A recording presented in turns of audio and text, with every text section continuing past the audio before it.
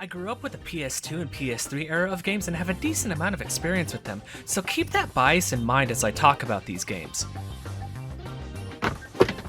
Stupid idiot, buffoon, moron. Armored Core's 5th gen owns.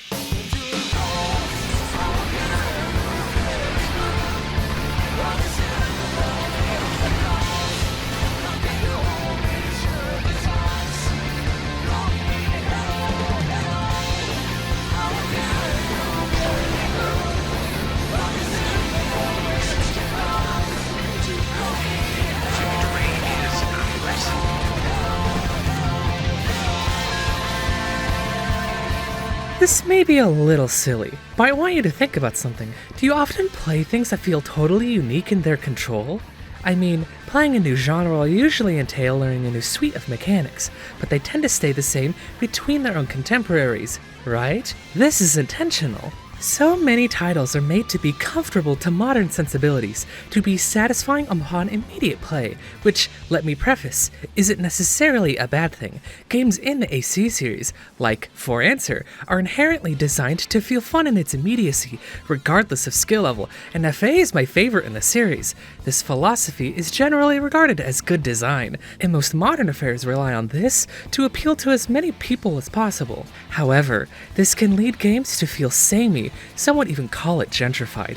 When you remove depth that defines a unique game's feel, it has the potential to drive away longtime fans for an attempt of getting a new audience. This design trend primarily started in the 7th console cycle, as the Xbox 360 and PS3 matured for much longer than the previous consoles had. As it became clear that the extra asset cost of HD game development needed to be accounted for, developers were consolidating on what was selling, namely reducing genres and control conventions. Like, seriously, survival horror, rail shooters, turn-based games, futuristic racing games, and so many more disappeared essentially overnight. I said it was developers earlier, but it mostly came down to publishers creating extra ways of attaining revenue. Some mandated games to have multiplayer modes to keep engagement up, while others started to integrate extra downloadable pieces of content, either in the form of map packs or primitive forms of microtransactions. As earlier in the PS3's life cycle, From Software was still defiant, but most of their oddball game releases had slowed down substantially. Their 2 previous games, Demon's Souls and its sequel Dark Souls, came out and in contrast with everything they had made previously, granted them large success. These 2 titles were, at the time, breakout hits, and they would become extremely influential in the gaming industry for years to come. Armored Core at this point in time was in a strange spot. For Answer had just come out, and despite it being a masterpiece, it did not sell well. The gap between games expanded greatly, with Demon's Souls and Dark Souls both coming out between FA and the future Armored Core 5, forever changing the course of the studio. With the development of DS1 and AC5 being concurrent, they could put their focus on these titles alone. Armored Core 5 wouldn't just be an excuse to make another AC game, it was a title made to be inherently experimental, to make a game they themselves wanted to make, redesigning the entire experience to be focused around cooperation and competition. This would allow them to change the basic fundamentals of control, movement, and AC building. These define Armored Core's 5th generation, the final games before the long series hiatus, which are Armored Core 5 and Armored Core Verdict Day.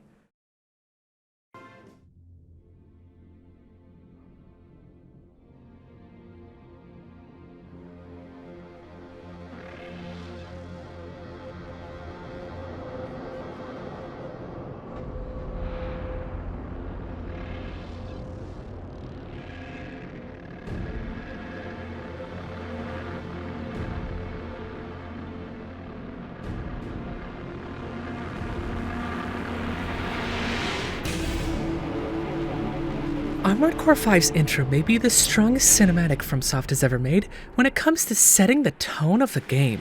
It's grungy, hard-hitting, and devastating. There are so many evocative shots that are just memorable, so many different kinds of scenes. It showcases what the game is all about stylistically. It rules.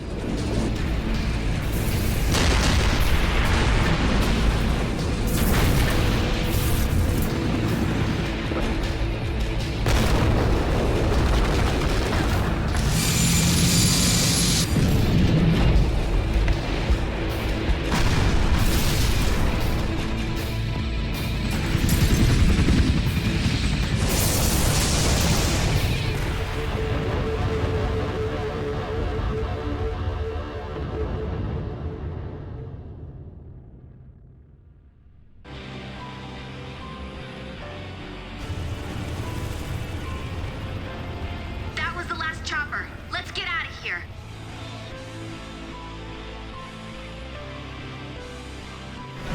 Here's the route to the rendezvous point. Hurry. This tutorial takes place in media res, and it's useful for learning the basics, if lacking in its complexity. You see, Armored Core 5's mechanics are tied to each other and they offer legitimate depth, but let's dissect that later. This first part is very easy, deliberately so. The intent is for you to soak in the atmosphere and the fidelity that the title offers. Its grungy music mixed with its impressive environment and cinematic shots create a wonderful concoction that's aged better than a lot of games released in its era. It actually has color depth, for example, while the intro has shots that might mistake the game's aesthetic as very, for lack of a better term, modern military, something like COD 4. That isn't the sole focus. It uses those ideas in iconography to enhance its actual aesthetic endeavor of a post-apocalyptic world struggling to maintain any sense of society and in constant, never-ending conflict. Armored Core 5 can be gorgeous, especially for its time. AC5 has a substantial budget due to the success of their at the time recent works. It stands right alongside the first Dark Souls as the first FromSoft games with massively increased fidelity. This isn't to say that games with more money always look more appealing, but it does help out so much here. The city that the game frequents has so much destructive detail, so many thoughtful color choices and moving parts, that the map itself is the most memorable part of the game. Returning back to that beginning city, the tutorial progresses as you get picked up to escape this zone, as our characters begin to banter. There's no point in staying back here. Let's go. I'll attach my chopper to the AC. You go on ahead. I'm coming with you. We're running out of time. Come on. It's okay. We'll meet up later.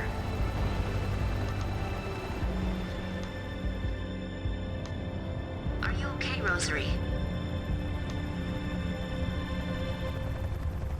We'll be leaving the residential sector soon. No problems yet. But it's only gonna get harder from here on out. Life on the outside can be pretty brutal. But you're coming with us, right? The old me would have laughed at the idea, but I guess I've changed. Maybe money isn't everything.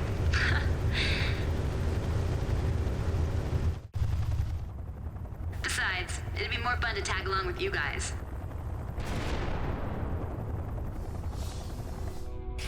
Oh well, I was ready for a change anyway.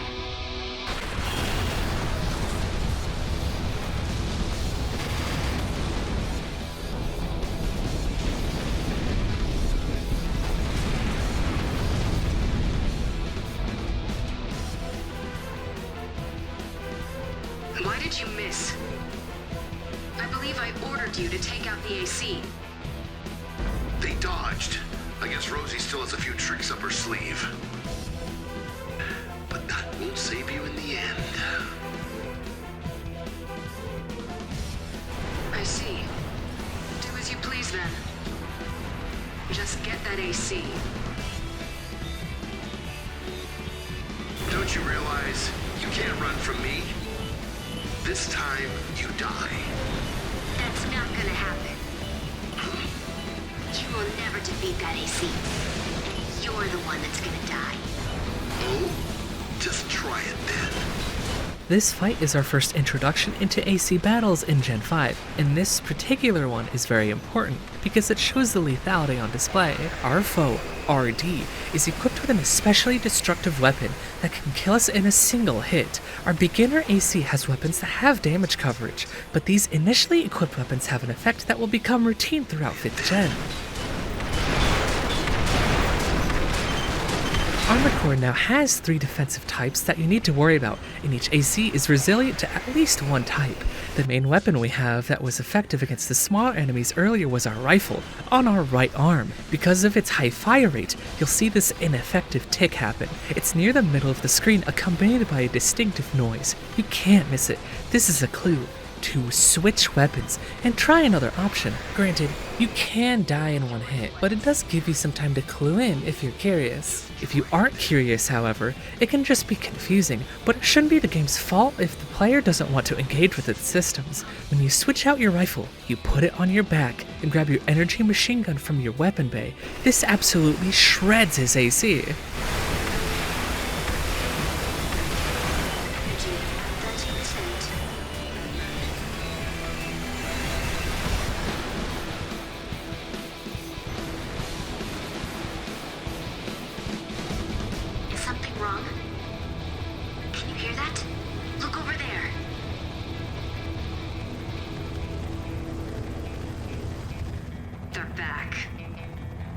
Yes, it's been a long time. Let's get this fight started. This opening is really ambitious, but it's kind of confusing. This final cutscene initially confused me because it's kind of implied that Rosary dies, but she's talking here? Well, I know now that this happens right before the Order missions. To someone fresh, it's bizarre.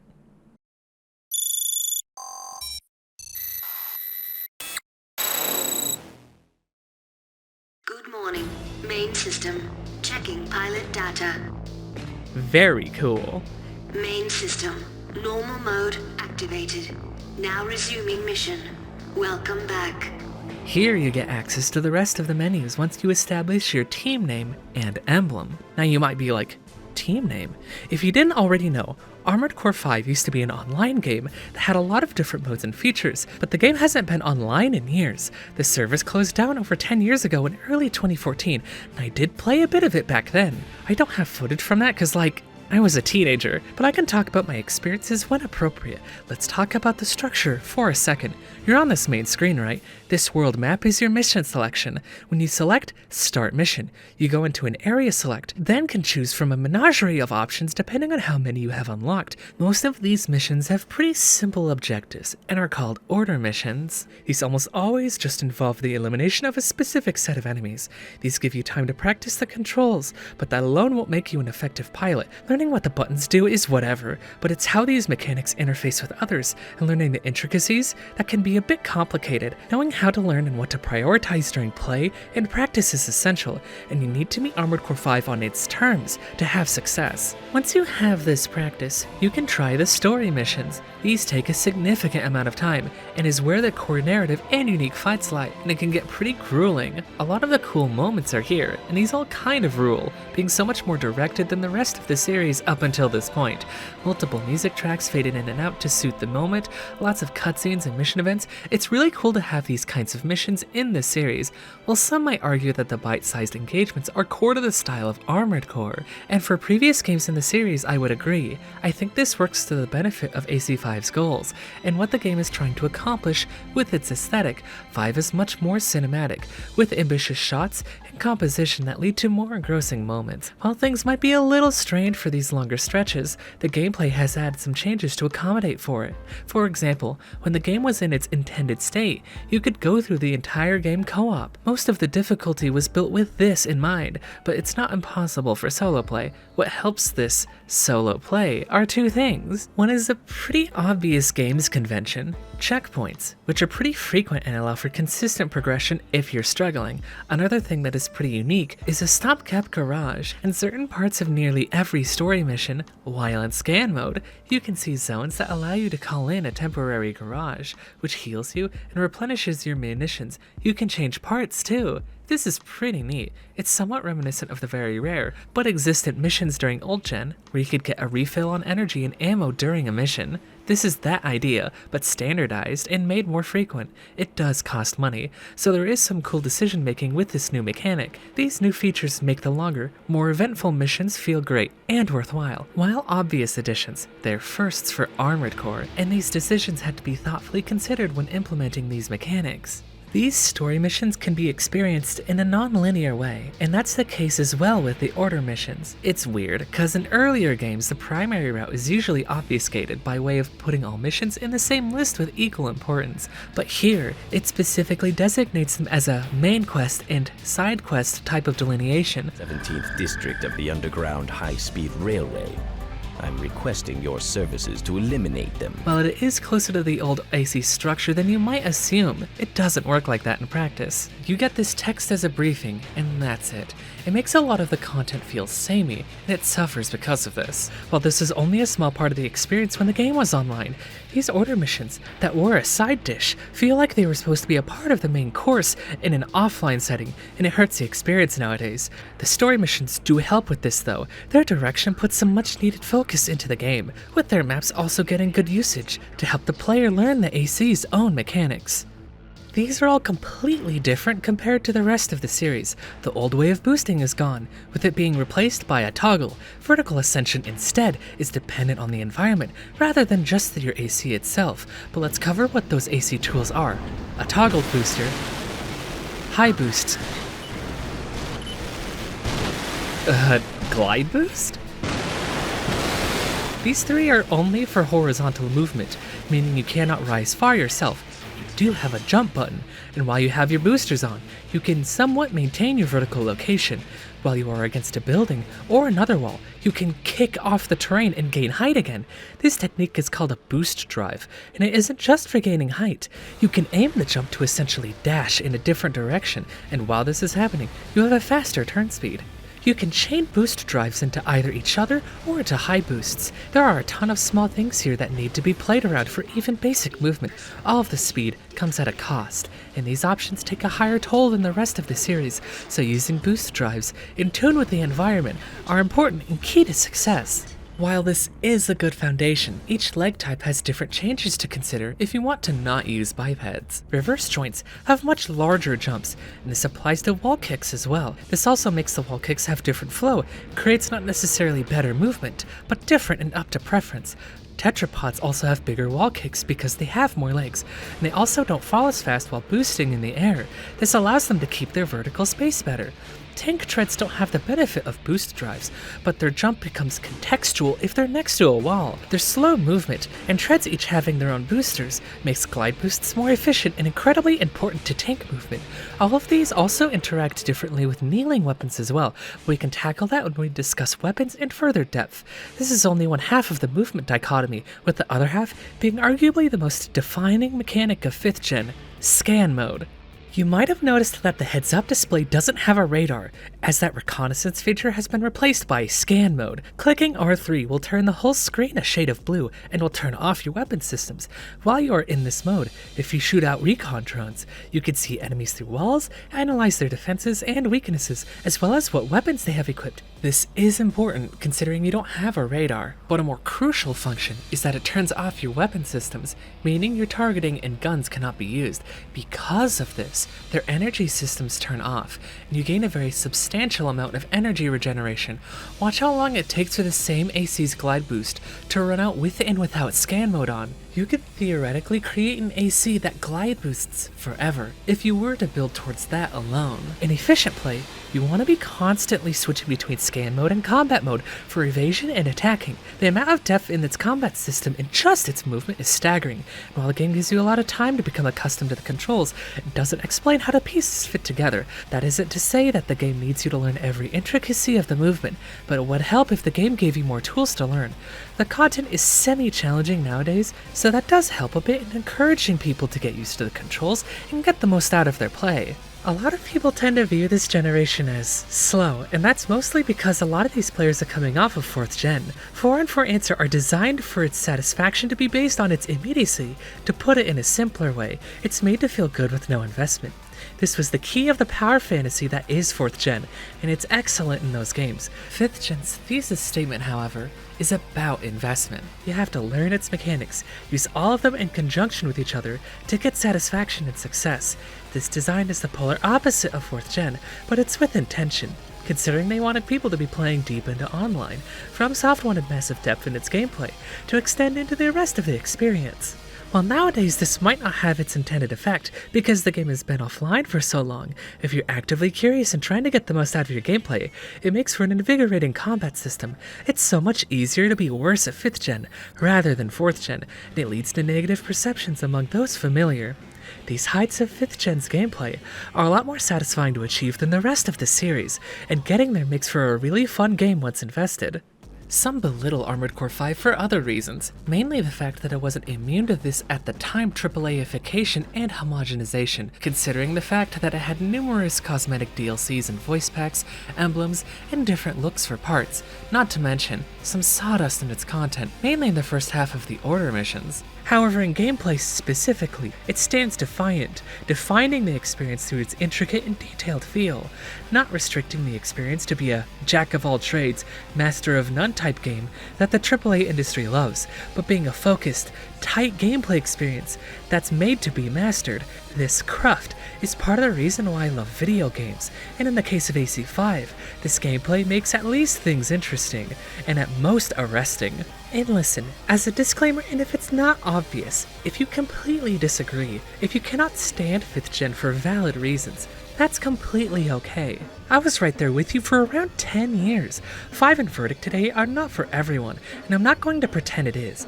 But you know the phrase, yeah? Something made for everyone is made for no one. Don't let me tell you how you should feel about these games. Don't let anyone do that, in fact. Instead, let me tell you why I like them for myself, then give it a shot for yourself if you're interested. AC5 and VD both were made to have this depth in its gameplay systems, more so than the rest of the series, while still keeping its ideals alive, so give yourself time to learn how everything fits together, then make your own judgment. I personally love gaining back that Armored Core speed through sheer execution. It's just bliss, and the game succeeds at giving you great level design to accommodate this new style of play. Cities are dense, factories have pipes and containers everywhere, and oil rigs have platforms and stations abound. These maps are huge and filled with detail, showcasing environments not often seen in the series. Armored Core usually has a lot of areas that are already battlefields or abandoned, but here, it feels like the instigating war is happening actively. The player is the deciding factor on their faction side, that being the resistance against a totalitarian rule by a man who calls himself Father. Father is the sole ruler of the city, the primary living space for most of humanity, and under his rule, the people who live there suffer. His iconography and speeches litter the city, defining the space as his own. Armored Core 5 takes place nearly entirely in this city, and it defines the game. While we're on the topic of the city, let's talk about the visuals. While we've mentioned the aesthetics of the title before, enemy design is an important part of this. All have clear silhouettes and clearly designate their specific threats. The sniper dudes, spears, have their laser sights visible throughout the environments, telegraphing their role as long-range threats. It's very obvious that they are stationary when in position and crumple when flanked. They're also on rooftops and other hard-to-reach places, so this encourages the player to ambush them. Then consider the shield dudes, shits, who are large and don't have much movement. They are usually short-range threats, and this is typically indicated by their huge shield. They have this melee attack that can do a significant amount of damage to their foes, and its tell is the slow movement forward with the shield at this angle. This attack is an incentive to go around and use your movement to hit them in a weak point. These two are the strongest examples, but each enemy conveys what the style and danger of their kit is, and it's pretty great stuff. Considering the armored cores of this game are brand new, their animation work is pretty good. The way each part moves gives great feedback, and it serves to make control feel all the more satisfying. The environments having feedback makes moving and roaming through this world also complement that game feel. The world of AC5 is crunchy and grimy, and this environmental detail helps with that so much. This aesthetic result extends to the music, which is experimental in nature, while it has a lot of heavy drums and synths that drives its main score. What pushes this further is how loud it is. Its varied mix of sounds can make the tracks feel overwhelming, but once you get used to it, there are some sick tracks in here. A lot of the music, like mentioned earlier, is much more deliberately scored this time around, and it leads to moments that define themselves through the audio itself.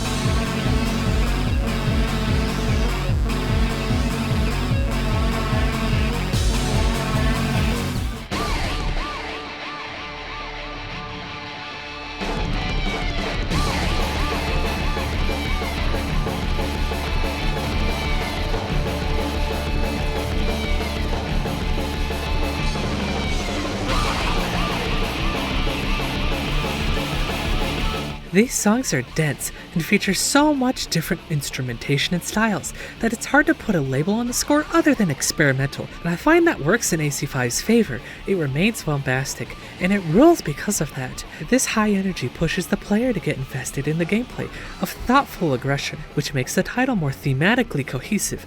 Different, eccentric, loud and full of flavorful intricacy, decidedly Armored Core 5. The sound design is similar to the OST in that it's really explosive. Guns are all satisfying with distinctive qualities, and the AC noises itself are tough and crunchy. It's generally great. The overbearing nature really adds to the experience. System combat mode.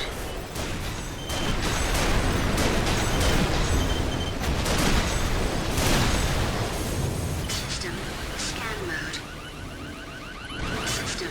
The guns being distinct extends past the audio, and the category of each is important to the title. Weapons have fallen into 3 defensive types that the game has defined, and each with their roles makes combat much more complex. But whoa. Before we get to the details on the weapons, we need to discuss how and why they can be effective. So, you have your 3 types, with each being your kinetic, chemical, and thermal. Each has a defense number on every AC that has to be surpassed by the opponent's gun to deal efficient damage. Otherwise, it's just a fraction dealt. This means that your guns either need high damage to break through this innate armor, or need to be overwhelming in number to do high damage regardless.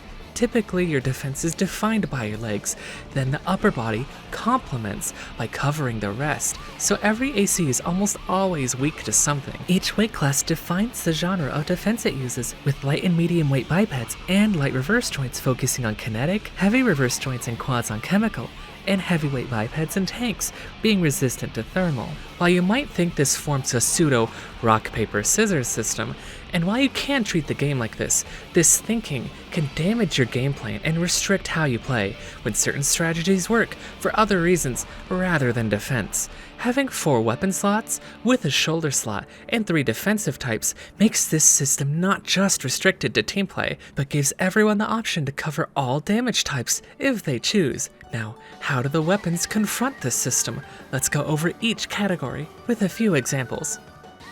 Kinetic options tend to be the most varied, with short and long range options being widely available, but that type is the most common in defense, meaning in AC versus fights. Some are more valuable than others. Shotguns and snipers are always pretty consistent at doing high damage, with high pellet counts and unblockable shots respectively, but are each restricted to short and long range. Rifles, as well as machine guns, typically reflect off ACs, but are good fodder killers in defense checks to catch foes who might try to skimp on KE defense. Chemical options are much more high-skill selections that are often less defended than kinetic. Howitzers are all range and can be pretty potent, but are manual aim, meaning that they are much harder to use in intensive combat. Others, like battle rifles, are more consistent at medium and short ranges, but have bullet velocity to consider, meaning that they can be finicky if used incorrectly. Thermal options are really potent and also cover a variety of ranges, from pulse guns being highly potent shotguns, and machine guns providing less drain but consistent damage, and laser rifles being potent long range. All of these are great picks and have high potency when used right. These obviously use your crucial energy gauge. Simple usage of these guns carries harsh penalties to your mobility. As an example, considering the usage of energy guns are usually used against lightweights and midweights, but not tanks, it leads to fights between tanks and lightweights that aren't using TE to be pretty dynamic, because the lightweight can fully use their mobility without the energy burden. All of these things need to be considered during AC construction and combat, and it makes AC5 a really complex game.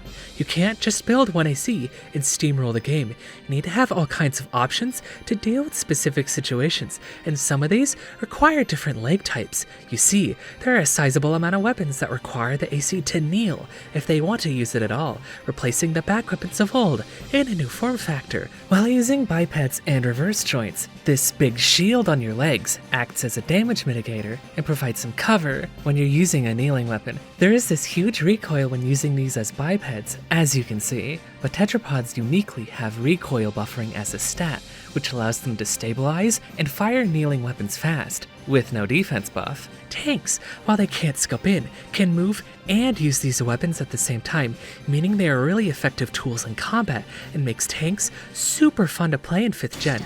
There are cannons,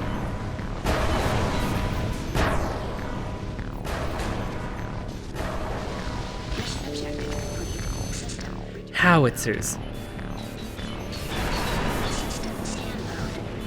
rail cannons, and others. But I have a favorite: sniper cannons. Yeah, these are meant to be used as long-range killers, but why not use 2 of them at once? It doesn't stop here. Why not use 2 of the triple burst variants? Better yet, why not use 2 quint burst sniper cannons? Perfection. No, literally. This weapon pairing is on par with the VK-12 shotgun and Fear as one of the best weapons I've ever used in a video game. I love it so much. There is one aspect that makes this weapon selection really shine, and that's the stagger and armor break systems. No, not that stagger. So every weapon in the game has a stat called impact force. Depending on the stability of your AC frame, if the impact exceeds this, based on how much it is exceeded, you can either get armor broken or full-on staggered. Armor break is a small flinch that minorly affects AC movement, but it cuts your defense by a substantial amount, meaning that weapons during this window now deal around 1.25 times damage, or a defense reduction of 20%. It's just how the math works. I have no idea why it's like this. It's a small phase, but stagger is lengthier and really inhibits your movement. Armor break is also in effect here, with its duration lasting longer. This is a really potent effect in AC5, meaning entire builds can be made around this. Let's use this handgun, Oxeye, as an example. It does bad damage and only has 20 rounds, but its impact is enormous. Now let's also bring this rifle with us. Now, typically, rifles are reflected off builds, but here's the thing, this armor break cuts their defenses, meaning during this short time, rifles are now effective. So we hit them with the handgun, then rifle, and it consistently can do great damage. Turbo ownage. This enhances the meta to be more interesting and encourages good positioning from the player to be in places of advantage. Handguns aren't the only way to stagger opponents. Snipers can do this, shotguns, cannons. Basically, if it hits hard, it can stagger when used right. There's another big example, missiles, which are also really important. So you have your shoulder slot, right? This is where missiles of old come into play, giving you even more firepower in combat if you so choose. You can use rockets and different kinds of missiles, but there are other, more niche options. There are things like subcomputers, which enhance lock-on range and lock time for your entire team, reserve magazines for your arm weapons, and amps to make TE weapons more potent, and other cool things that augment play. Plenty of weird stuff to tinker with, like, the UAV. Why is it like this? As much as I praise the weapons and customization, AC5 does lack some choice when it comes to variety. Weapon arms are missing, and the typing of particular parts in the garage makes certain categories feel limited, but it breeds really interesting engagements because certain weapon types change the nature of gunfights in terms of their effective ranges. This leads to a very deliberately designed game, where expression is a little limited, but it is still existent. Like AC Nexus, part of the game's fun comes from finally building a great AC and using it to great effect, and this has its own appeal. Learning the systems and the gameplay takes time, but it's rewarded with amazing game feel and the satisfaction of success. AC5 does have over 10 hours of single-player content, and that's if you know what you're doing.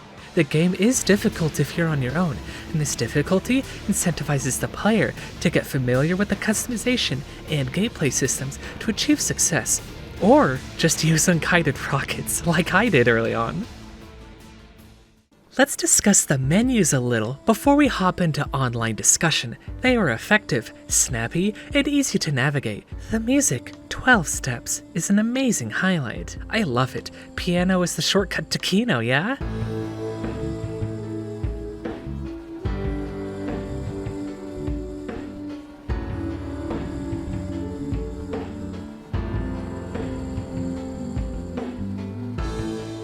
This has such great cadence, if that makes any sense. Perfect for chilling out and painting your AC. The painting is pretty good, with less colors, but still plenty of expression. What elevates this to a higher tier of expression, however, is the way decals can be applied. The emblem editor has been vastly revamped, and it's excellent. The results you can get from the system are staggering. You have a lot of freedom to make all kinds of things, whether it be your own emblem or a decal made to apply to your AC. This elevates AC customization to be top tier in the series. This is an unambiguous improvement in every way. This tone and ease of use of the garage helps this become an excellent pace breaker for the chaos that is the single player, to let you relax before you head into the storm of conflict. Past what this experience was, what was the online experience? Well, you formed a team when you started a file, and while the game was active, different teams could take control of parts of the map. See these icons on screen? They would have been icons for the teams that have the most control over the sector it's in. The main gameplay is taking on simple missions, where you attack zones to weaken their defenses in whatever way you prefer to approach. For example, you could attack helicopters to hurt their territory, but not take control. You can set how damaging your attack will be to the territory, but certain thresholds will have requirements based on invasion criteria, which was designated by your team rank. When a territory is being attacked, you can also choose to defend it, and these usually result in the most PvP matches when people are trying to take control of the zone. When you are on defense, you can use set and placements that would be customized in a different menu, and they would aid you in engagements in the form of turrets and whatnot. Now in Conquest mode, you could attack or defend zones to take control or defend already acquired territory. These territory zones are numerous, and there were multiple per area. For example, you could see multiple instances of your emblem in an area depending on how many sections of territory you owned. These conquest missions were much higher stakes, and whoever wins took control of the territory. Offensive strikes would cost team points, but defending wouldn't, putting the pressure on the attackers to succeed. When you would defend zones, it would usually prioritize people trying to attack, meaning a lot of people would be facing each other here. Specifically, depending on the teams that owned the most territory, the top 3 teams would show up per zone, but first place would show up on the main screen. A mix of simple missions and conquest would usually define the AC5 online experience, doing simple missions to weaken territory while earning team points to fully take that territory. If you would notice your territory is going down in AP, running successful defense missions would heal them and secure them. If there wasn't anyone online to fight against, these simple missions would destroy territories and would revert them to neutral if they weren't being defended after like 10 to 20 hours. You could fight AI to take control of the zone from them. Now, all of this functioned pretty smoothly. When you would start a mission, be it from story or online, it would create a short-term lobby that would be open to the rest of your team, which was limited to 4 pilots. Joining was near instantaneous, and this was activated in the rendezvous menu. Now, what if you wanted to join any mode with someone that wasn't on your team? That's where the mercenary mode kicks in. When in this mode, you can have your own mercenary card that will show your rank, what your parts are, and all that. With this, you are displayed on a list that someone hiring can choose. The person hiring can also choose Simple Hire, which will automatically pick someone from the list if they don't want the onus of selecting someone themselves. This great feature also allows the hirer to invite a merc to their team if they choose to, so it's not like it was impossible to find others if you were by yourself. This wasn't the only thing you could do online within your team. You could exchange schematics and emblems, give others money, and other small things. You could go on mock battles as well, but these were just friendly PvP matches within your team. If you wanted to fight randoms, you could go into free battles, which had a ranked mode and open lobbies. The Sunlight setup wasn't perfect, especially when people weren't very active online to contribute to the game's systems, but made for a fun architecture to get invested in. I can't pretend to be super knowledgeable about these systems. I was too scared to meet new people and engage with the Merc system. When I was playing, it was me and one of my brothers, because we owned 2 360s and 2 copies of the game. This usually meant that if we went online, we would get shredded because we lacked the manpower necessary to win engagements. Armored Core 5's primary modes are 4v4 team fights, and when you only have half of the players filling those roles and don't fully understand how all the systems work, naturally, you get killed fast. This led me to not play online a lot when I was young, which is something I regret nowadays, but the past is the past, yeah? With almost all of this gone today, free battles still work on both real hardware and in emulation, so some of that game still does remain accessible. There does remain one instance of PvE that existed in the iconic world bosses, but because some of those are unique and featured in the story, we will talk about that after the spoiler section.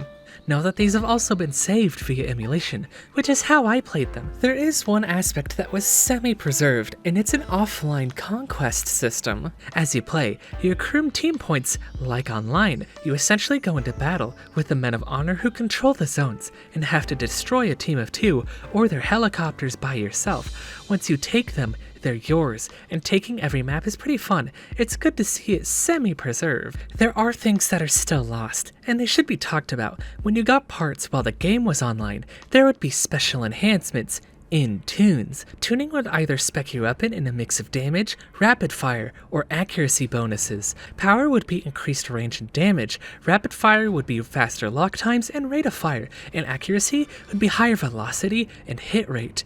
These would also decrease stats to a smaller degree, but the bonus was usually pretty worth it, at least in that one facet. How the gun was better was obfuscated, however. When you would get the part, it would be untuned until you used it in combat, and getting experience, so to speak, would level the gun. Some tunes were just better than others, and the only way to know was to get the weapon and use it. This gear system is kind of akin to a game like Destiny, where you had to grind to get the best guns, then had to use them a lot so you could change them into their best form. This was extra incentive to keep playing the game online, and as an online game, it makes sense, but as an Armored Core game, this could be pretty divisive, as people switch their weapons constantly as they find what works best for each situation. The way this worked is that the server would literally write the parameters into the parts on your save file, so without the servers, we can't get new tuned parts or progress old ones. You could also buy tuned parts from others from a community market. I got my Moonlight Blade from Roses, a at the time prolific Xbox player.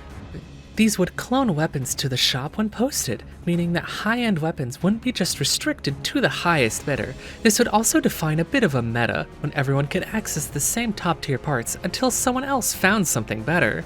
There are other talented people working on getting tuned parts into the game via a mod, but that might take a long while. Listen, if you played Armored Core 5 back when the servers were live on Xbox 360 or PS3, please give your save file to the modding wizards at the AC Discord. They have some good saves, and mine, but they always need to get more data to get accurate tunes for the emulated version. More data is always a good thing, and due to the variance in parts, the more info we have, the better we can replicate it in an emulation. Speaking of which, just be sure to head over there if you want to figure out how to play 5th gen on PC, so long as your computer is decent. There are plenty of mods, the world bosses work, and it's where the community for 5th gen is primarily. If any further developments happen, it's because of them, and I look forward to its future. So, tuning is out now in an offline state, but earning regular repaired parts was a different story. These generics would expand in selection as the game was played more, but why a weird stat? Your team rank would dictate how much of the store you could access.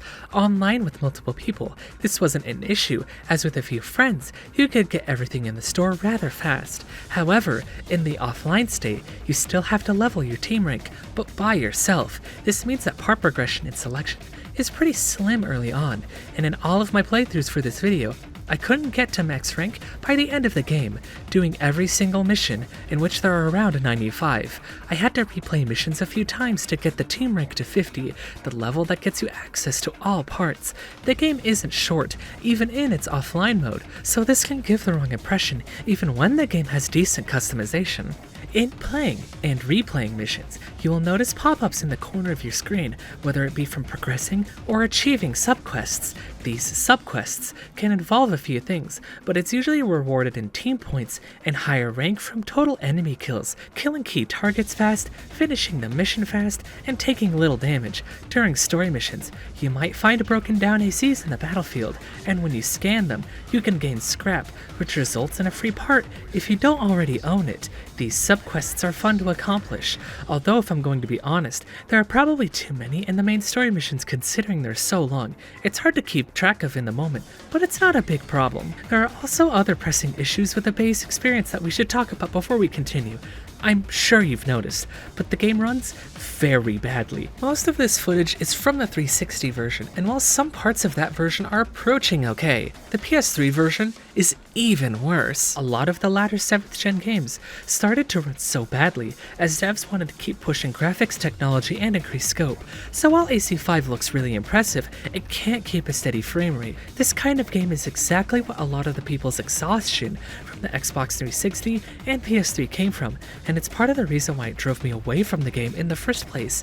Not to mention, for whatever reason, AC5 also has massive stutters on 360, at least when I was playing. I don't know if it was my disc or if my 360's on the brink of death, but it was pretty annoying whenever this happened. Another part of my initial disdain of this game comes from a weird phenomenon that happened to my brothers and I. When we were playing it, we went through the entire game co-op, and while the game is pretty difficult by yourself, it wasn't with another person. I didn't find the game very fun because of this lack of difficulty, and I didn't really learn the game or its systems properly because I was never challenged to do so. Granted, I was a really incurious teenager when I played it, and this kind of game was not appealing to me at the time. Nowadays, I'm still pretty stupid, but I feel like I can enjoy it more because I met the game on its level, on its terms.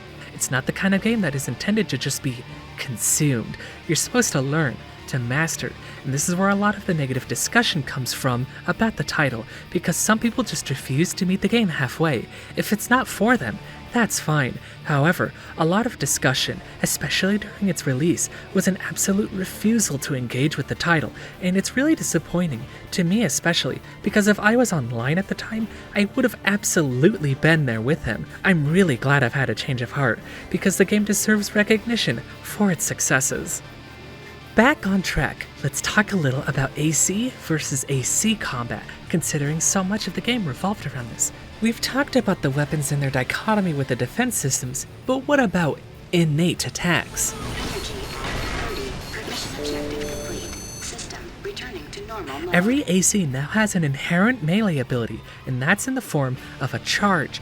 When you execute a high boost, if you hold the input and have a little extra energy, at the end of the dash, you throw out a physical attack, usually in the form of a kick. This boost charge is slightly different between all leg types, like reverse joints doing a cute little dive kick. The animation work here is fantastic.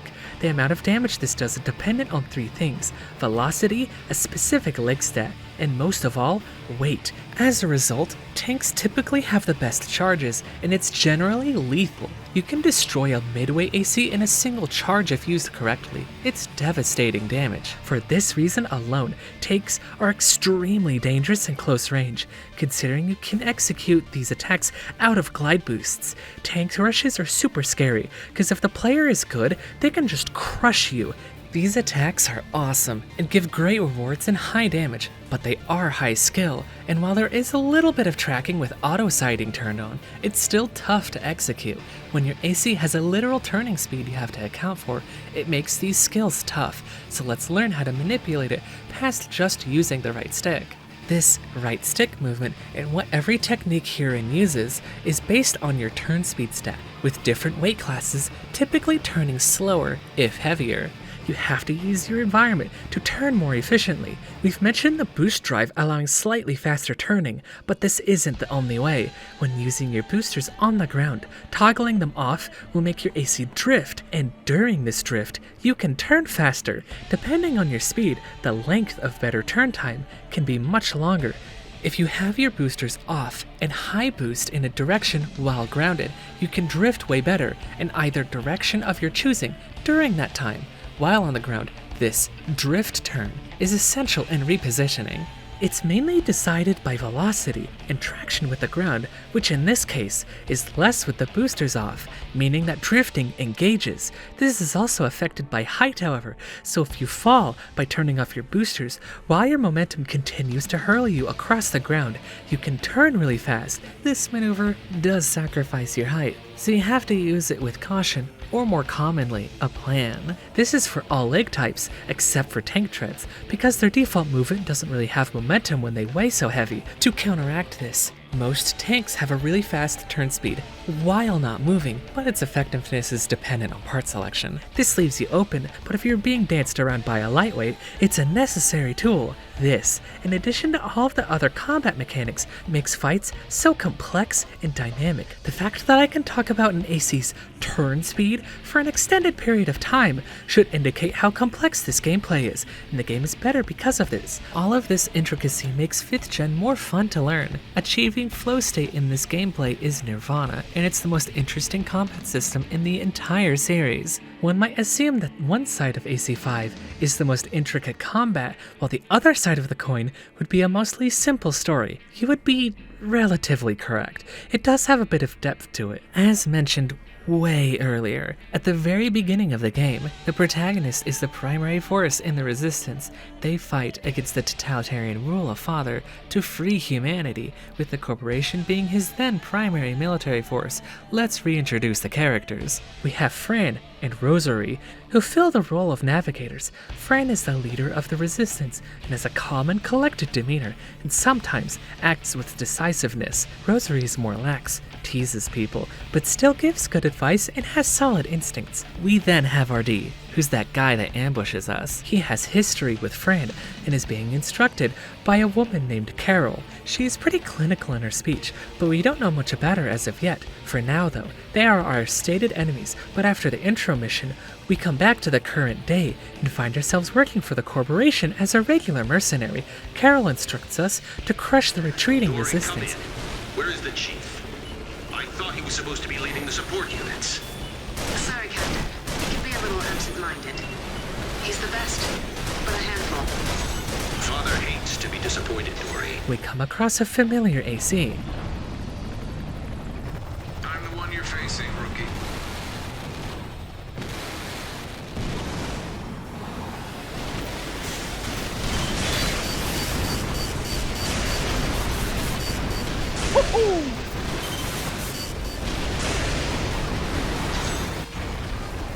He's tough. If we had someone like that, we could... I guess this is fate. As we drive him back, Carol keeps giving us orders, and we get a new face talking with her and instructing her. Destroyed. Mission complete. Well done. Carol, you there, doll? Chief, where are you?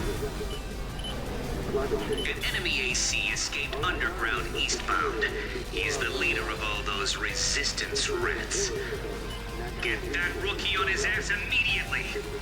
Sir, with the damage he sustained, that might be dangerous. Indeed it might. And that's a problem. Why? Understood, sir. You heard the chief. Proceed with the mission. Notice the relationships here. The city police captain is giving Carol directives under a contractual status, but Chief is above Carol, and while he likes to go do his own thing, he leaves the busy work to her. Look at the dynamic between Chief and Carol. When she asks where he is, he doesn't even bother to respond, and he calls her a doll. He's a snaky bastard, but I love him.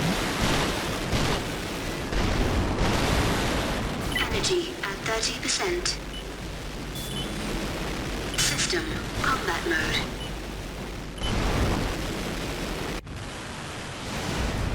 You again. You did a good job following me. Please accept my thanks. Are you watching, Father? This is just what you wanted. This time, however, victory is ours.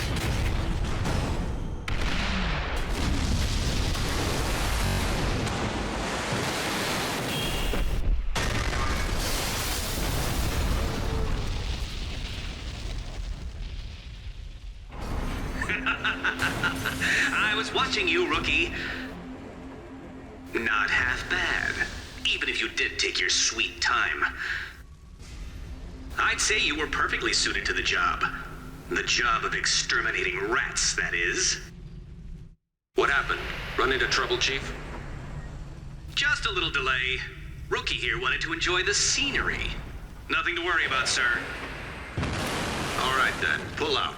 I'll read your report later. Yes, sir. Leader, come in. Heading for rendezvous. Escape at separately, as instructed.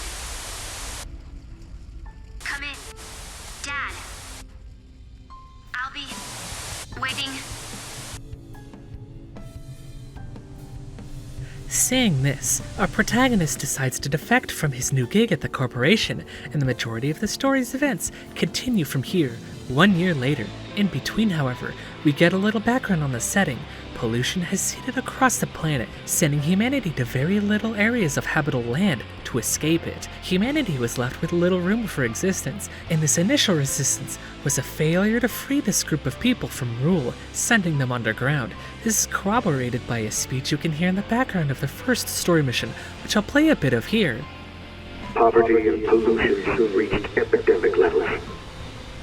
Once poisoned by pollution, the land could not easily be healed. Indeed, these changes rapidly spiraled out of control, triggering a corrosive chain that ravaged the surface of the planet, altering it forever. The rich and powerful left, abandoning the rest of us on this squalid rock. Over time, the fruits of humanity's long struggle toward enlightenment were lost. And as mankind's technology regressed, things grew even worse.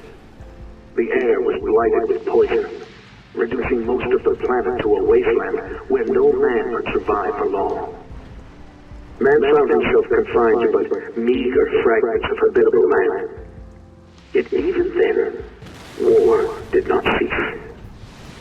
We are such fools. But it wasn't over. The world was not yet dead. It could be saved. As long as we drew breath, it was not too late. Humanity has a mission, a destiny that we must fulfill. We must show the universe that we still live, that this world is not dead. We must fight. We must crush all who would stand in our way, no matter who they might be.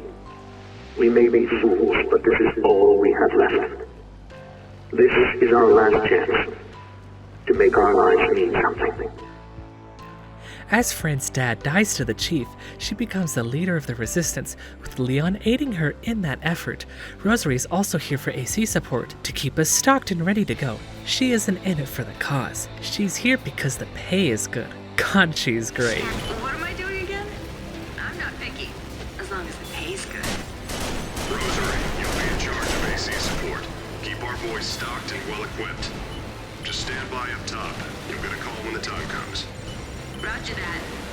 Give me a ring and I'll come flying. You know my number. Are you doing this for free, Rosie? RD, is that a misguided attempt at humor? RD, the man who attacked us in the beginning, is here as an assistant to Rosary. Unlike how he is earlier, he's pretty much scared of any danger and just knows when conflict will happen. It's almost his only defining trait, other than his nervousness. Oh man, Rosie, we gotta get out of here. Keep your voice down, RD. You're sitting right next to me, for God's sake. We need to bolt down. Wow. I've rarely ever seen you this uppity. Which means we're about to hit the jackpot. How can you smile at a time like this? This is pretty much the dynamic throughout the game, and it persists for most of the runtime. It's a pretty fun gang. Rosary always likes to tease Fran, and it's super cute. Well, Rosary, what do you think? No, same as before. RD, get the route to the next facility. We're just wasting our time here. Hey, are you getting angry? You're cute when you're angry. RD, the next route. Rosary also likes to tease RD, but he usually doesn't take it too well. Knowing RD betrays the crew puts his dismissive nature towards Rosary into perspective and makes the character dynamic interesting. It's probably one of the best things about the narrative of Armored Core 5. The characters are just fun, and with future knowledge, the dramatic irony makes it interesting to play out. Most of the story missions revolve around the preparation of this final assault against the city and Father, so the first few missions are the preparation to ensure that the operation goes as planned. This usually comes to pass in missions that have you scavenging zones or clearing out a sector to secure it for future staging areas. These missions are fun and have a lot of banter, and I won't go over all of it. There are some cool zones though, so let's go over the highlights before we go into spoilers, where we initiate the final battle. This is like halfway through the game, so don't worry. This game does involve a few boss fights, and these use the systems in really fun ways. For example, The train. The train shows up in a smaller form early on, and it's a really cool fight whenever you engage it. It's perfect for kicking, and it has a lot of guns on it, so you have to approach it pretty carefully.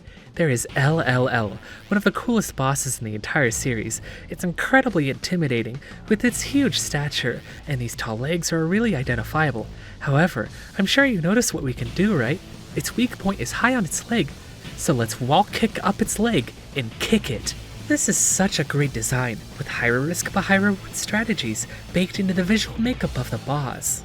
The attacks are kinda simple in the campaign, but it's such a fun fight. The level this takes place in is also of note, as it's one of the only contaminated areas physically displayed. It's a showcase of what the world looks like outside of the safe areas that the humans live in. It's desolate and beautiful. The enemies that are here are also unlike anything seen in the series. They have this futuristic and alien quality to them that is just so cool.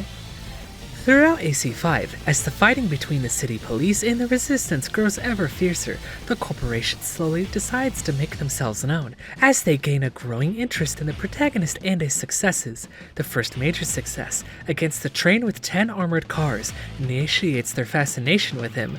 Combat mode. Testing. Can anyone hear me? Viva la resistance!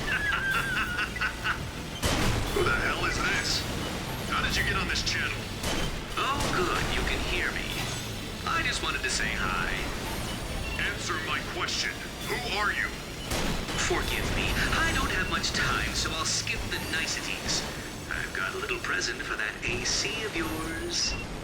This continues into a strike against a coastal sector, where RD's almost psychic ability to sense danger shows its head. We fight a couple of these and clear the way, and then they go into the tunnel, with RD as their driver, and they have a little chat. Afterwards is the big turning point in Armored Core 5, so from here, the spoiler section will begin. We will discuss the narrative of the story missions as well as the late order missions, then into the post-game, where bosses invade the world. Here's your warning. Everything's in place.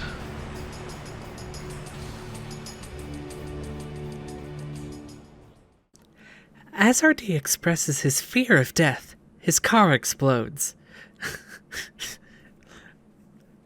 As RD expresses his fear of death, his car explodes. While RD expresses his fear of death, his car explodes.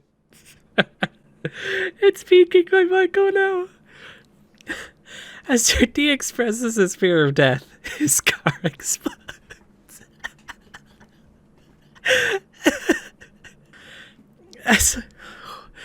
As RD expresses his fear of death, his car explodes.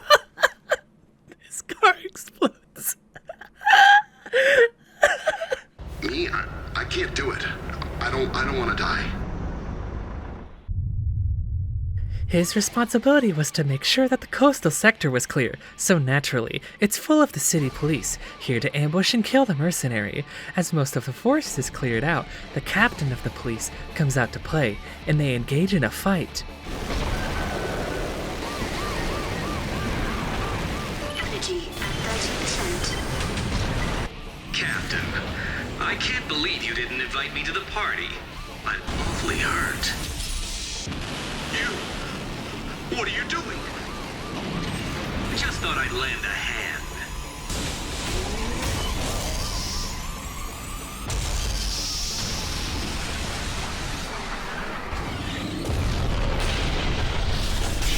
Why you? Just who the hell are you guys? Sir, pardon me, but I believe that was not the correct target. That was the captain of the city police. You don't say. Well, whatever. I want that other AC to stick around a bit longer anyways. Let's have a little more fun. Show me your true strength. This is obviously a cool encounter, but the path to him is so neat, with its lack of breathing room, but a clear goal. It's an excellent encounter, a dance with death.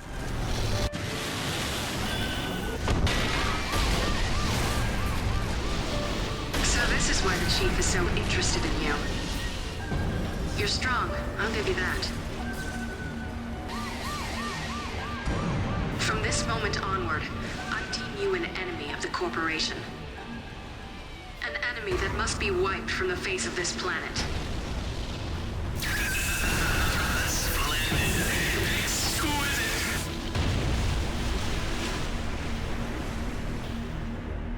What a man. He is my favorite character here. I love him. Defeating the chief and crippling the city police's command, we have our end to invade Central Command to capture or kill Father. Fighting the corporation on our way in, who've taken the place of the city police, we slowly work our way to the Capitol building to defend it, while Leon and his foot infiltrators go to get Father. On the way, the corporation uses the same foes that were naturally found in the contaminated zone, firmly connecting them to the corporation. As we disable the power and defend the building, keeping it secure so they can escape, the Resistance achieves their obsession. Aren't you done yet, Leon? We've captured Father. We did it. System, combat mode.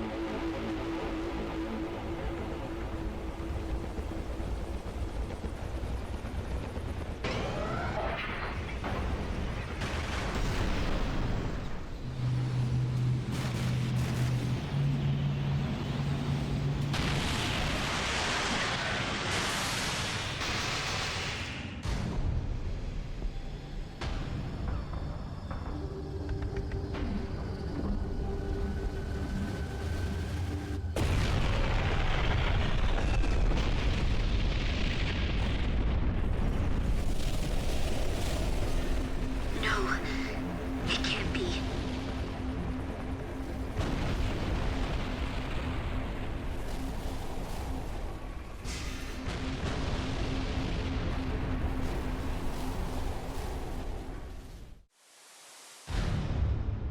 Leon! Leon! No, it can't be. Answer me, Leon! Get out of there. We've lost this one. Pull out immediately. No, I'm not going. Leon! He's dead. You saw it yourself. It's too dangerous here. You have to get out. I'm ordering your immediate withdrawal. Head underground. There should be an entrance in the vicinity. This section of the mission is gorgeous. The destruction of the space is impressive to behold. As the corporation nukes the tower, they begin their unabated destruction of the city.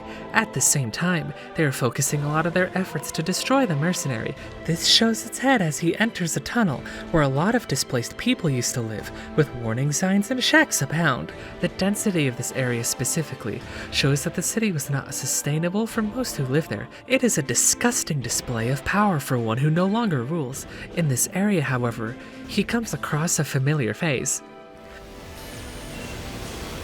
So you came.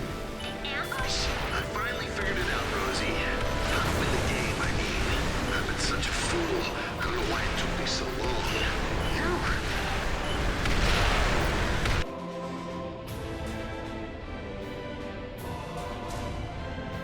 It can't be.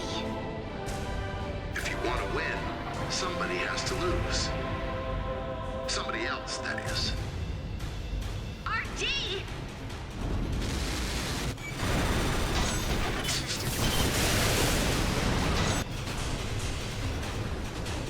I really don't have anything against you guys.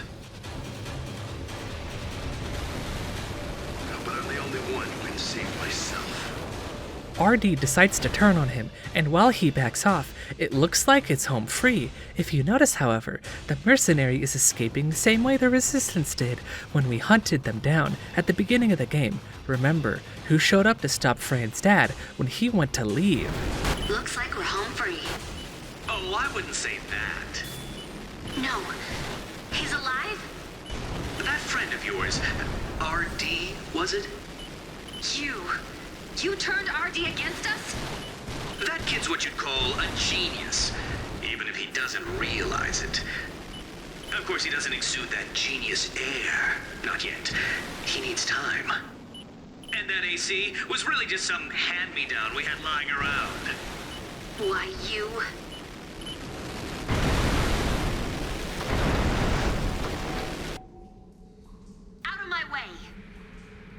No can do, babe. Sorry to sound crass, but I'm gonna need that little AC of yours to disappear. Just try it. You've lost once already. To tell the truth, though, I actually dislike serious confrontations like this. A bit on the uptight side, wouldn't you say? Not my style. But if you gotta do it, then I guess you gotta do it. Just don't disappoint me, kid.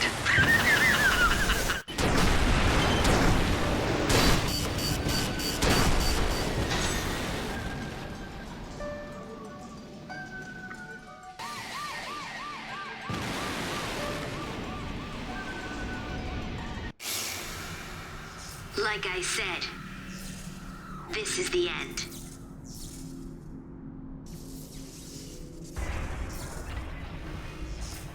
Did I tell you? This kind of thing isn't my style.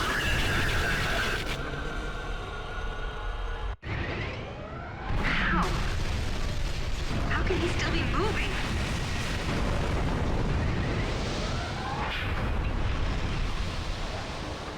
Human beings are just so damn interesting.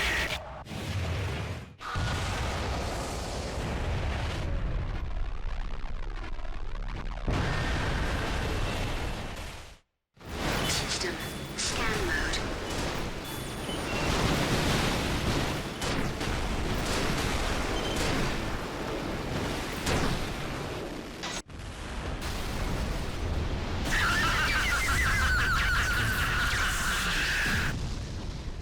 Yes, perfect.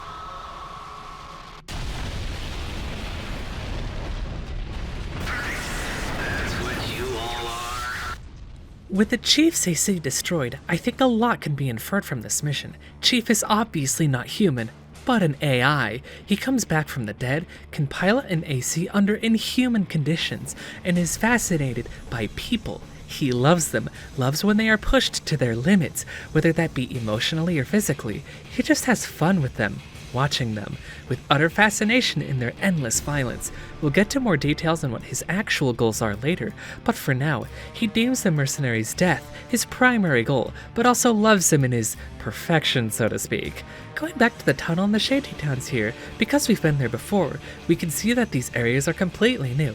It shows how dire the situation was for most people in the city, under duress, living in such squalor. Remember, in Mission 2, the intro stated that the city had a drastic makeover, only existing to serve Father's will, at the cost of the people who lived there. Armored Core 5 excels in painting its narrative through its visual design.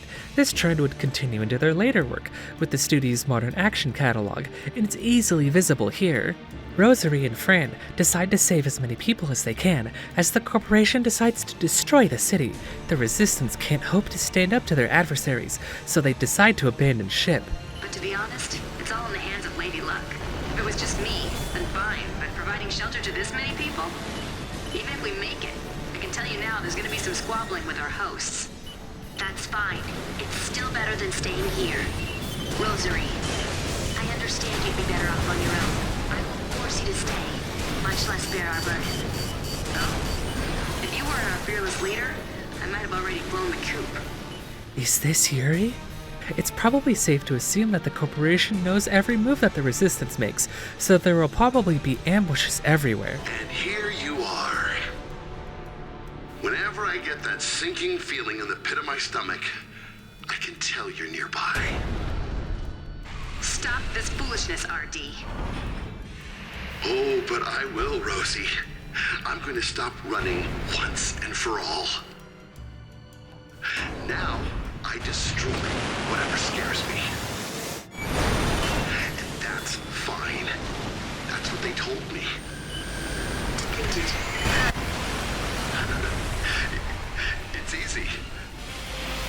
It's too easy almost. I can do it. I really can. RD! This is all my fault. No, you're wrong. He made his choice.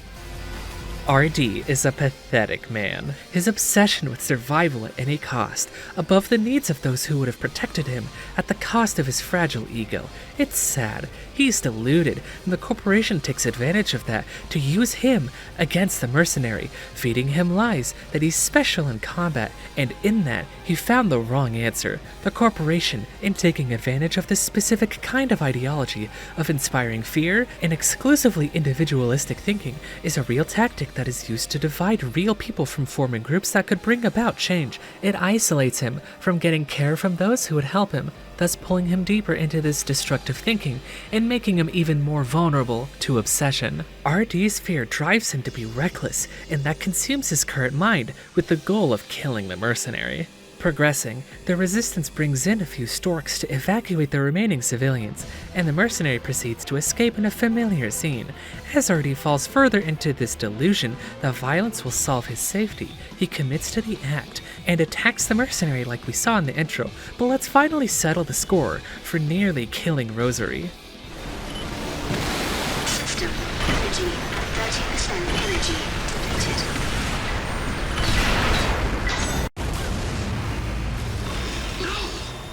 It wasn't supposed to be like this.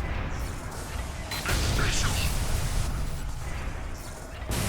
I don't want to die.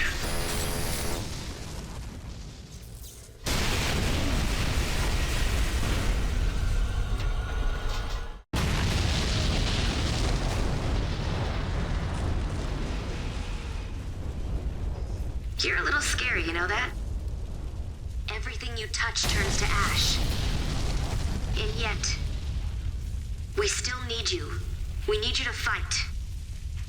Alongside us.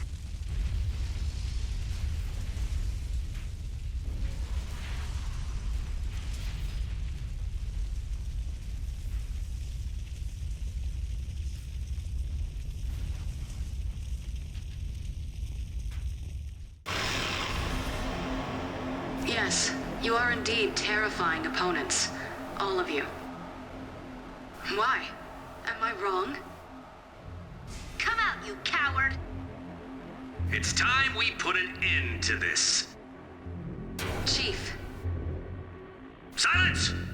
This charade is over. I want to see their true power.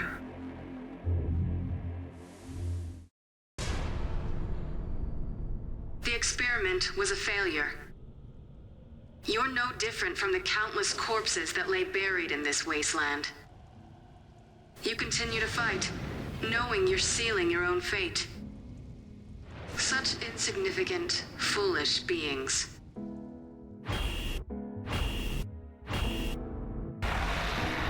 Oh, I wouldn't say that. Perhaps fighting is what humans were meant to do. Interesting. But that's nothing more than a theory. Very well. Let's test it. You should be able to handle this. This fight against the Kojima field Exousia is like top 3 final bosses in the series. It's an amazing encounter, with excellent visual design, an electric final boss theme in Stain, and full of distorted vocals and intensity. It truly is a spectacle, with the majority of its attacks either telegraphed ahead of time or slow enough to be dodged. The arena also gives you great choice to fight on your terms, be it around buildings for short range or the open space for long range. This can also be dangerous, because being this close in the buildings means you have to be hyper fast and attentive in dodging Exousia's attacks. This open area is also dangerous, as the puddles around the space make the ground uneven, meaning if you try to glide boost, you might not be able to if you're still hovering above the water, which happens naturally. Both areas offer advantages and disadvantages, and it makes the player always on alert, but open to adaptability. It's not just your fight. Exousia will attempt to take Flow away, but these attacks are extra vulnerable to a devastating punish.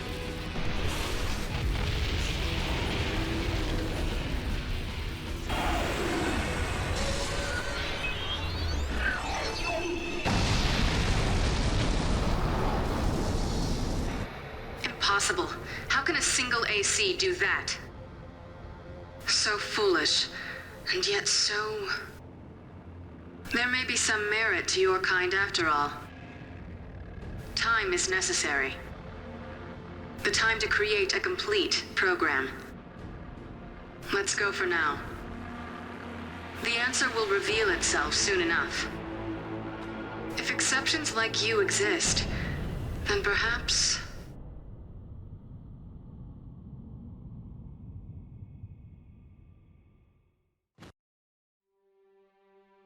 This ending is pretty limp if you treat this as a story finale, but luckily for AC5, the story continues in the later Order missions. It's not the primary narrative, but some of the game's ideas and themes continue to show up in these side stories. These side stories take place around 2 years later, as Fran, Rosary, and the mercenary decide to travel back to the zone and reassess the area, as well as scavenge supplies. While this happens, other mercs see that our protagonist survived and is back, so whether they try to make a name for themselves or see him as a threat to stability, they attack him, placing all of the extra AC fights into this context. Most of the early to mid-order missions are dealing with the Men of Honor, the largest migrant group around. They don't have a lot of direction as they're too large to make coordinated decisions. Later on though, we do gather the attention of important people in the group, and they happen to have history with Rosary. What a pleasure it is to hear your voice, Cordelia. But I guess it's Rosary now, isn't it? Oh, Regan. Still alive, huh? Manners never were your strong suit. Is that any way to talk to your older sister? Especially after I went to the trouble of asking your old friends what comm channel you use. Tell me what you want. I've come to kill you, of course. Regan is power hungry and is obsessed with Rosary's past life when she worked with the Men of Honor. It rules her every waking thought, and she begins to throw what little she has left away to attack the trio. As her allies try to talk her out of this reckless behavior, she digs deeper into her obsession and pulls out every stop to try and defy Rosary's new life. Fortunately for our crew, her tactics tend to be that of brute strength, sending the same little dudes at us over and over, which never seems to work. While the mercenary is fending off the Men of Honor, he comes across unknown ACs that are ferocious in style and attitude. Complete mysteries, but they seem to be after him. Over time, Regan's actions make her less secure in her position in the Men of Honor. At the end of her rope, she sends in her closest ally and friend on a suicide mission to kill the protagonist. You'd never betray me, would you? I told you. I'll be with you to the end.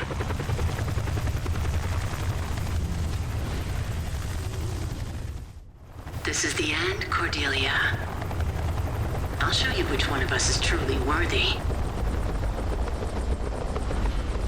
Enemy AC sighted. They're prepared to die. Don't let your guard down.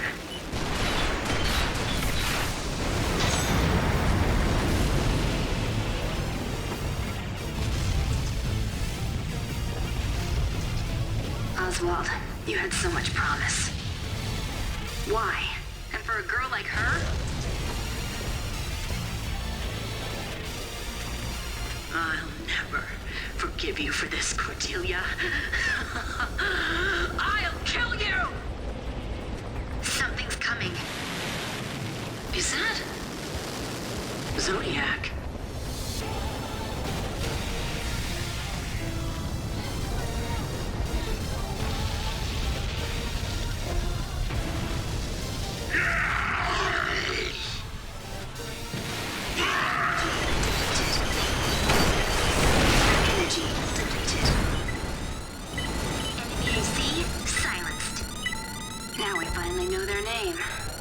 Zodiac. I'll have to look into it. Rosary. By Regan. I really hated you, you know. With the name Zodiac, we finally have a title. During each new AC they throw at us, Fran wonders if they might just be fighting for its own sake, but we get a clue in on some detail as they approach us. They're here, number 5. I'll take them head on, Edgy. What's one normal human? No need for tricks. Just a normal human. Shoulder, ammo at 13%. You did it! Not a moment's hesitation. He couldn't have known whether we were hostile or not. Oh, I'm pretty sure he thought we were the enemy. Why? Huh? Don't ask me. Fighting. That's all they know. It's like they've been brainwashed or something. In our next encounter, we get a rematch with a member of Zodiac, but there's an interesting twist as discussed in the intro cutscene. Can I have a word with them, Angie? For what purpose, Number 8? I have complete authority while on a mission. You are our commander, but you also have a responsibility to respond to our requests. Patch me in, Angie. Now. Are you our enemy? The other pilot is hailing us. I repeat, are you our enemy? Hey, you're the one who attacked us. A little late for asking, don't you think? Tell me, are we no longer needed? It's devastating to lose your purpose, or to even just question it. That, however, changes when those you would have followed are long gone. We exist only to win. If you are victorious against us, then our mission will be over, and we will be failures. You want us to beat you all? If you can. Watch your tongue, Number 8. Those are the words of a defeatist. Treasonous statements will not be tolerated. Our allies are all gone, Angie. Whose orders are we following? That is a meaningless question, Number 8. It cannot be answered. Angie. The Angie we used to know is gone, isn't she? It's pretty sad. These people who got twisted and warped are left abandoned by their masters, and are left with a hollow purpose, fighting because that's the only thing they have left, an obsession for one long gone, affecting their descendants. Let's get some extra detail in the next Zodiac encounter. I never thought you'd call on us, Angie. You must be pretty desperate. Yeah, you never did take a strong liking to us. That statement does not compute. You've really changed, Angie. I guess you really did give up everything for the project. Your body, your brain, your soul. Am I right, Angie? That statement does not compute. Enemy AC sighted. Number 3, number 10. Engage. But who needs a soul, right? As long as you win.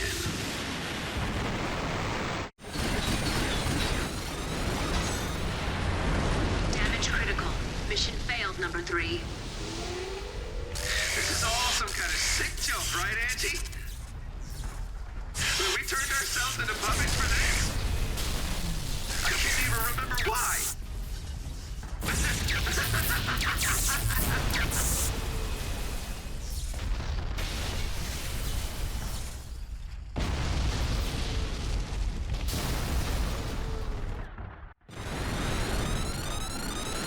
How many is that?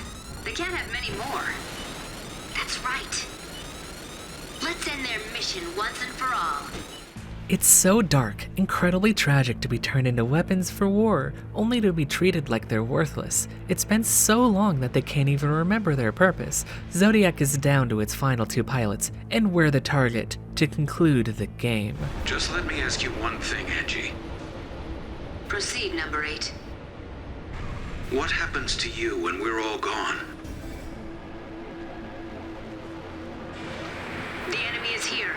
Number 2, number 8. Number 8, let's go. No one can possibly surpass us.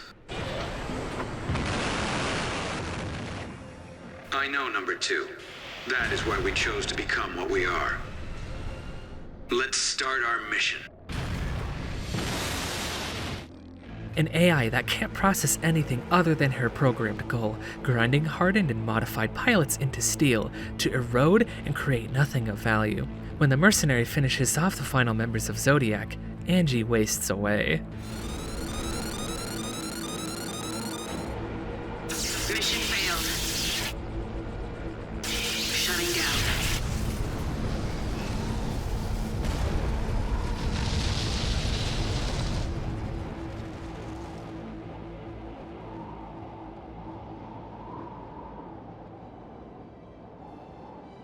fighting, strength. Are they really so special? Maybe it's like that man said. Maybe fighting is what we're meant to do. It doesn't matter. I'm sick of caring what other people think.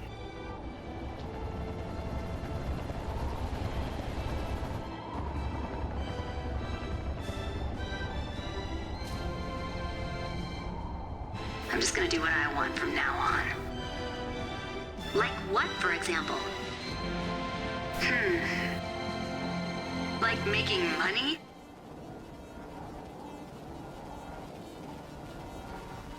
Armored Core 5 often comes across as kind of vapid due to a lot of the content lacking context and a lot of missions that feel samey, but as is the case with the rest of the series, it has some depth if you look into its narrative, although not as much as was typical from FromSoft's work during this era, and even if sometimes it has marvel tier writing. Having seen people's perspectives on the title, however, I'm of the firm belief that Armored Core 5's story is about the dangers of obsession. I've mentioned it every time I saw it, and it was deliberate. The Chief's obsession with humanity, the Resistance's obsession with Father, RD's obsession with survival at any cost, Reagan's obsession with Rosary, and Zodiac's obsession with power. They all lead to downfall and end with death. Once putting it into this context, the story of AC5 is pretty decent. All of these examples are different ways that obsessing over specific things can hurt you, and this makes each example interesting. The Resistance's obsession, for example, comes from a good place. A want to free the misbegotten from rule is and will always be the correct choice.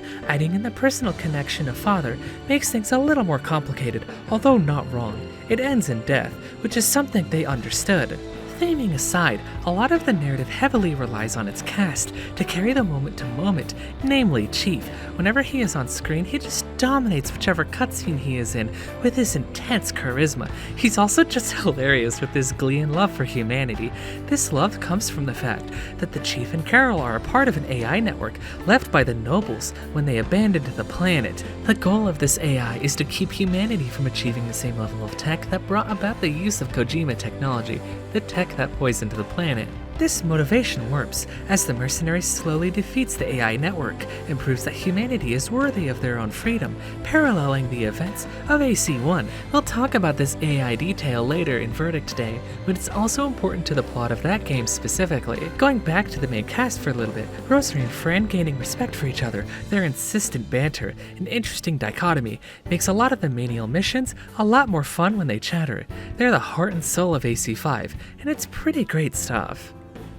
After the events of the game, huge enemies from Carol and the Chief's AI network are unleashed upon the city and its surroundings. There are 5 encounters total, and considering there isn't a lot of info about them online, I want to discuss each in detail. The first is Raijin, a huge aircraft bomber. It attacks in the canyon map, and there are around 50 turrets in the area that are also a threat, but the objective is this bomber. Its first wave is to attack as it swoops down for large bombing runs, but this also entails dodging the turrets if they're still alive. Its engines are pretty fragile, but once it goes down, it deploys its strongest weapon at the crash site, a gigantic laser cannon. That is the strongest weapon in the entire game.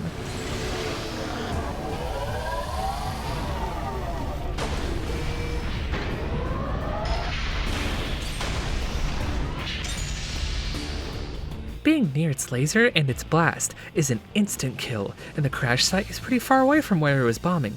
So go through the stage, take cover and kill the turrets, and destroy the cannon.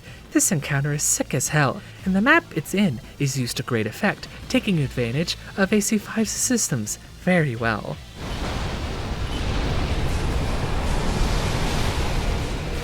Mission objective complete.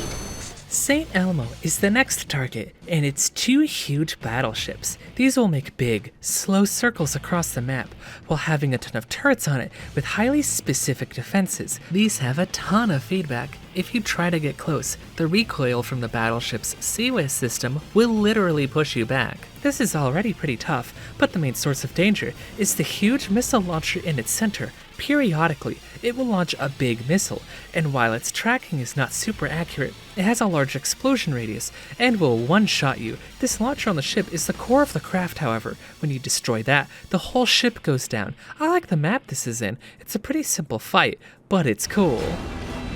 System combat left on. Ammo at 30%.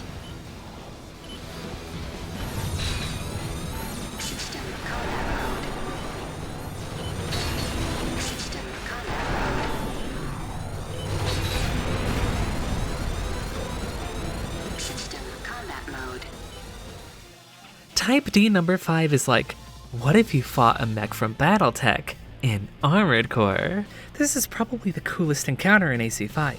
Near the former Capitol building of the city is an absolute behemoth, and it has all kinds of tools. It's got 2 of the fingers from Old Gen, but with huge chemical attacks. It's got 2 missile launchers on its back, which launch massive volleys. Not to mention, there's its head, which has a connection to its big chest laser. It has this tail of laser sights focusing, and when it fires, it kills in one strike. Each of these parts is a spot of attack, and each needs to be destroyed to end the AC. Whichever you decide to focus on first is your discretion, but I have found I needed to disable one of the missile launchers first, so I could dodge the rest with reliability. It's a fun fight, if pretty tough. Staying around its back can be good to dodge nearly all of its attacks, but it will jump to another location to get positional advantage. It's a really cool encounter. Scan mode. System combat mode.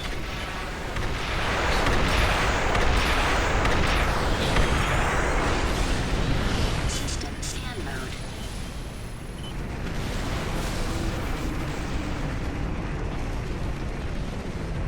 Mission objective complete. LLL, or Lady Longlegs, is that boss from the single player at full power. You start at a large distance away from the target, and you have to close in while dodging its laser attacks. When you get in, you'll find 4 pods per leg to attack instead of 1, only appearing for their accurate burst fire, then quickly retreating. While waiting for your chance, however, you need to deal with an intense barrage of attacks, from a large missile volley to this energy laser spread. Also, going underneath it is a death trap, as it has this area of effect attack between its 6 legs that might as well be an instant kill. LLL will move between each leg attack, so it can be a pretty dynamic engagement to deal with, probably the most difficult boss in AC5. Finding the right balance of burst potential, survivability, and mobility is an extremely tough balance, and it's a grueling ordeal. The burst damage I used was KE rockets to do main area damage, with rifles to clean up the ones still standing. Shoulder ammo at 30%.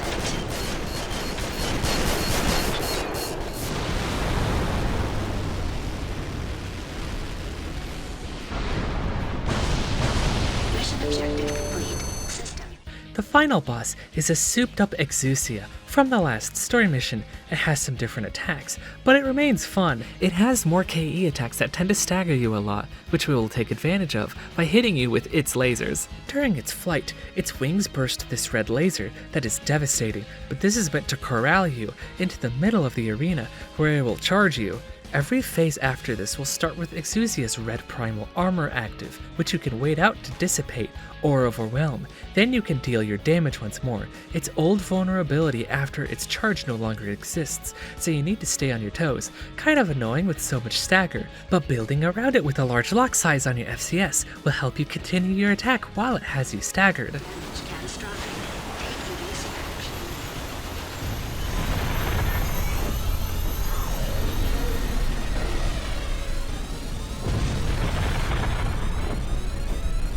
Mission objective complete. System. These bosses round out the cool ending with neat high-end content, and they're pretty good. I had to do them all solo, but knowing that they're still possible with just one person makes these bosses more friendly to experience these days. Just go in knowing that you'll have to experiment with builds. They are not easy by any metric. After completing the story missions, you automatically get access to ultimate weapons. We've seen these before in use by other ACs, but now we can see for ourselves the power of parts not designed by the past, but by current day people with little understanding of AC architecture.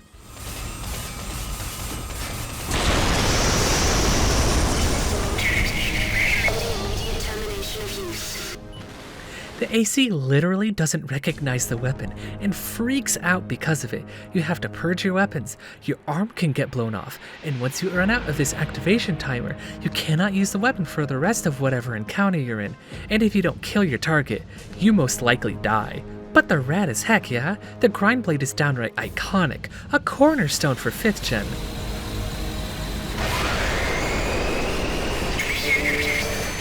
System returning to normal. Armored Core 5 kinda owns. For how maligned it is in general conversation, on inspection, and further attempts to learn its systems, it goes from a middling game to one of the better numbered entries. Its aesthetic prowess, thoughtful customization, and satisfying movement mechanics make for a fun learning curve and electric gameplay experience. The game just needs to perform better. It's pretty typical for the era, but nowadays it's hard to go back to. It's also lacking in the amount of PvP maps and content variety, but what is here is pretty good. As with Armored Core Nexus and Armored Core 4, it could use more refinement, some more meaningful early and mid-game missions, cemented by a more interesting flow. Its story is fine, and it's very limited in its scope, but as with AC4, it's a decent setup. With these potential changes, it could make for one of the best games in the series if capitalized on. We're 2 for 2 on recent refinement, turning in best-in-class sequels that are greatest game of all time contenders. Let's see if From Software can keep up pace in a post-Souls era.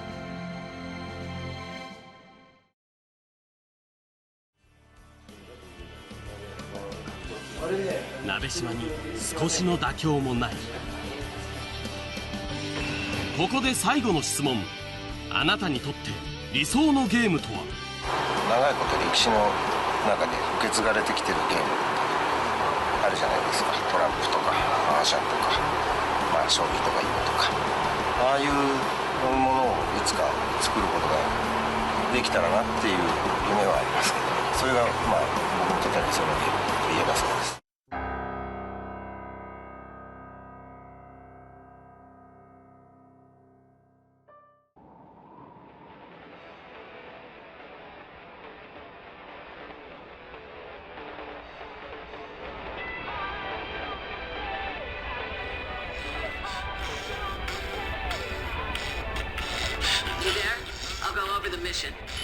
There are 2 units up ahead. One is the Venide border guard. The other, a serious recon unit. They've been in a standoff the past 2 days. We've been hired to attack one of these units to stir up hostilities. Then we'll go in and wipe out both forces. That is all the intel I have been given. Where do you get these jobs? They're always shady as hell. I guess mercs are disposable these days, huh? Calm down, fat man. Do you want to get paid or not? I'm sick of being a mule, Maggie. All I think about lately is quitting. Then quit tomorrow. But today, you've got work to do. No dice. It's gonna rain, and I want to quit on a fine day. Accelerating. We enter at low altitude and then deploy. Get some elevation once you deploy behind serious lines. Ready to boot OS.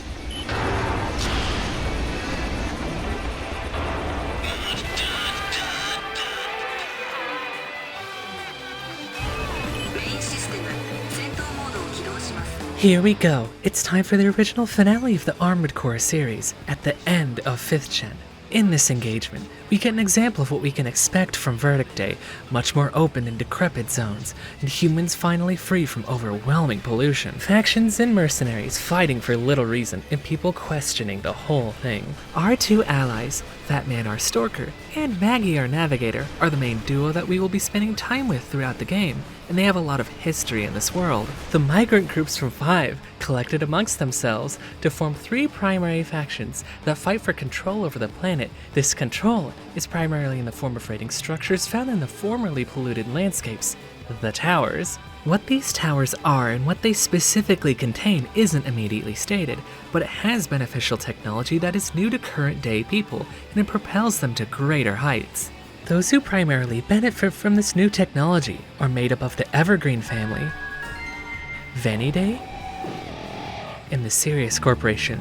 The Sirius Corporation was born after the Men of Honor welcomed the return of Cordelia, and led to them growing in power and ambition by consolidating a lot of their migrant forces. They want controlled peace through their own justice. Venide is an organization that sprang from a place like the city, just located in a different safe area on the planet. From there, after the discovery of the towers, they changed their ideology to purging out the weak and rewarding the strong for the sake of military might.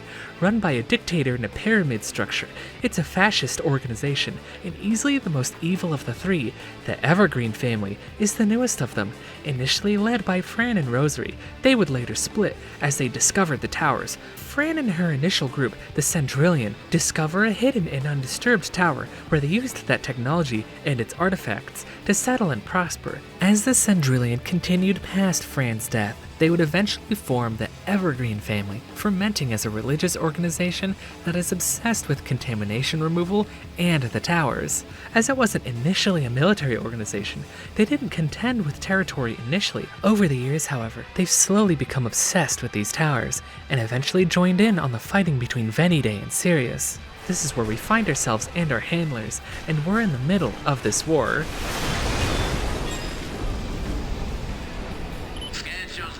Signatures. Good work, as expected. I'll go ahead and send a report to the client. I have no idea what we did here. Not that I ever do. That's just how things have to be right now. You're better off not knowing what you don't need to know. It's got to bug you too, Maggie. You were a merc once, right? We have our next job to plan. Let's go. Armored Core Verdict Day begins with the option to transfer a 5 save, where you can get all the parts and schematics you had, along with emblems. When the game was active, you could join one of these factions previously stated and fight to take or protect territory for them.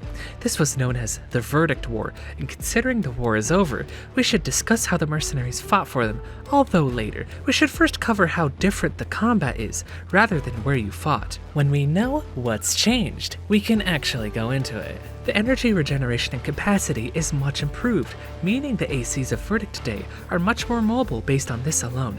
The beginning junk AC in the latest update has infinite glide boost. Just to give you an idea of how big this change is, the cover is more reliable to wall kick off of, adding to the more satisfying game feel and allowing for more reliable play. This, in addition to ACs having more ground traction and more energy to use high boosts during glides, makes the game feel much more satisfying to control. It's like that change from 4 to 4 answer, but not nearly as drastic. It's a little more sane than that change, but there was an appeal in the absurd.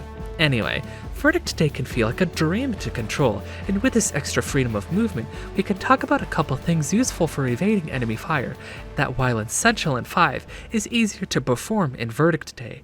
When you're in a glide boost, the direction you're holding when you initiate the boost will dictate the range in which you can change movement. Let me explain. Let's say you initiate a glide boost forward. From here, you can change your boost direction 179 degrees to either side of your initial velocity while not letting go of your left stick. If you cross that 180 degree mark, or put it simply, if you go from perfect forward to perfect backward, it cancels. It's complex though, because if you're perfect and fast at moving your stick from quadrant to quadrant, you can do donuts. This one mechanic has so much depth to it, and what helps further is dodging enemy fire from wiggling your stick while fighting foes. If you wiggle back and forth in glide boost while in someone's lock, it can make you dodge attacks quite frequently. It can be pretty useful if you're approaching someone and you cannot use cover, but it doesn't always work if someone's good with their shots. Once again, this game has a very high skill ceiling that is satisfying to master. The more open areas make each piece of building, or highway, or whatever, really important to play around. Having to approach someone opens up all kinds of ranges to be more valuable in combat. For example, a long-range user has more time to catch an approaching opponent when there isn't as much cover. Changing the range dichotomy of the last entry are the new weapons you can use in Verdict Day.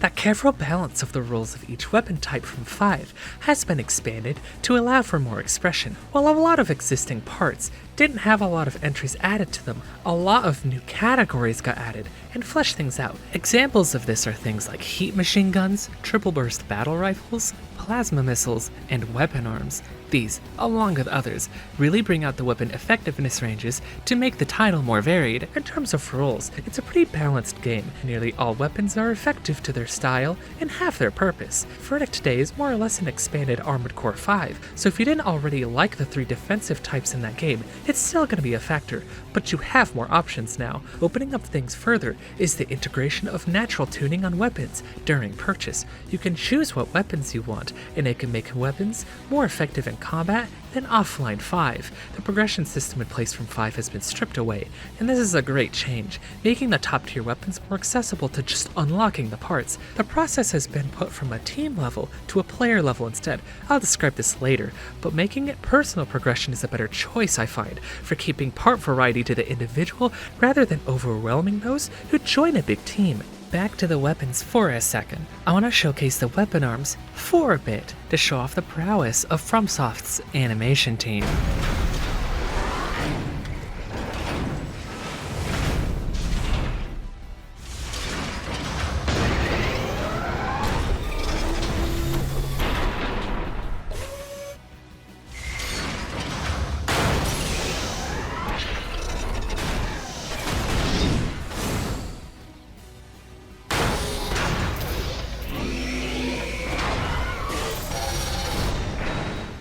It's so incredibly immaculate. While a lot of the game doesn't look as nice as these animations, or as AC5, it was ultimately the right call in this case, as on both platforms, the game runs marginally better. That isn't to say it's perfect performance, far from it. On 360, it runs pretty well, and on PS3, it's perfectly acceptable for its era. Back to the presentation, the desolation of the planet shows in the title's map design, very open, decrepit spaces that feel haunted from a war-long past. It's really effective because of this, but it can look a little plain if you're looking for something to have overt beauty. I really like the look of this game, but it did have to grow on me. What helps this desolation-filled aesthetic is the top-tier music. Both Kota Hoshino and Yuka Kitamura combined their efforts to create an amazing score. Yuka Kitamura was rather new to the role, having been elevated from a sound designer in AC5 to a co-composer in VD. Regardless of this fact, both she and Hoshino would go on to absolutely kill it.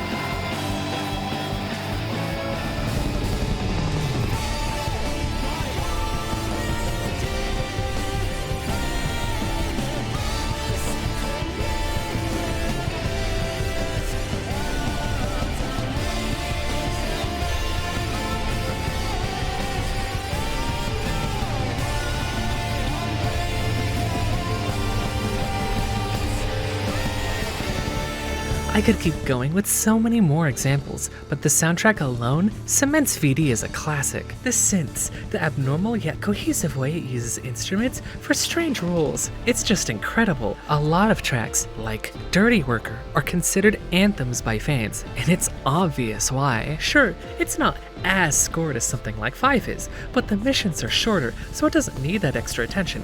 They can be appropriately scored with just a couple tracks. These missions being shorter is reminiscent of the design in older games. The bite-sized approach is better for unlocking subquests in each, giving them a pickup in play quality. It's a little more reasonable to get the subquests and missions as particular goals. Each subquest completion and higher mission ranks are both key in raising your player rank, which gives you more parts. This system also interfaced with others. Doing sorties online a bit would give you medals that would perpetually get you a rank, so it was pretty easy to reach higher ranks with both. It's still possible to reach a rank that unlocks the whole garage, with just the campaign though, and it works well here. With these shorter sorties, you might think that Verdict today would suffer from less voice work than 5. However, VD uses its order and story missions to make its narrative one single experience, with order missions being interspersed between the main story. characters constantly banter in each sortie, and it makes the most mundane missions better, with Fatman and Maggie up to their antics. The voice acting rules, they put their all into these performances. The rest of it is pretty great too, it's generally a stellar cast. Maggie will always talk about how we deserve more, fight to get us better gigs, and will alter mission objectives once circumstances change to benefit us. It feels like her, Fatman, and us are genuinely part of a team.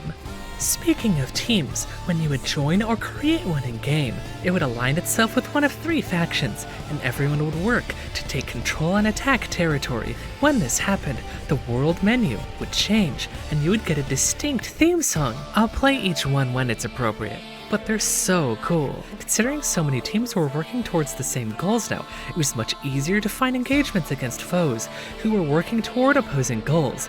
This would be designated by continent, with Asia being split into 2. These would be under the control of each faction, with each zone having multiple maps in them, where attacking and defending zones would take them in 5. In Verdict Day, you'd damage a zone that had a big AP meter for territory, and when it would reach a certain threshold, it would go into a danger state with a timer labeled Verdict Day. If enough defense missions were run, you could save the territory, otherwise it would be destroyed and the primary map would change to the next one in line until you reached the center, the tower. Once this tower map was destroyed, the entire zone would be surrendered to the opposing faction that was its direct attacker.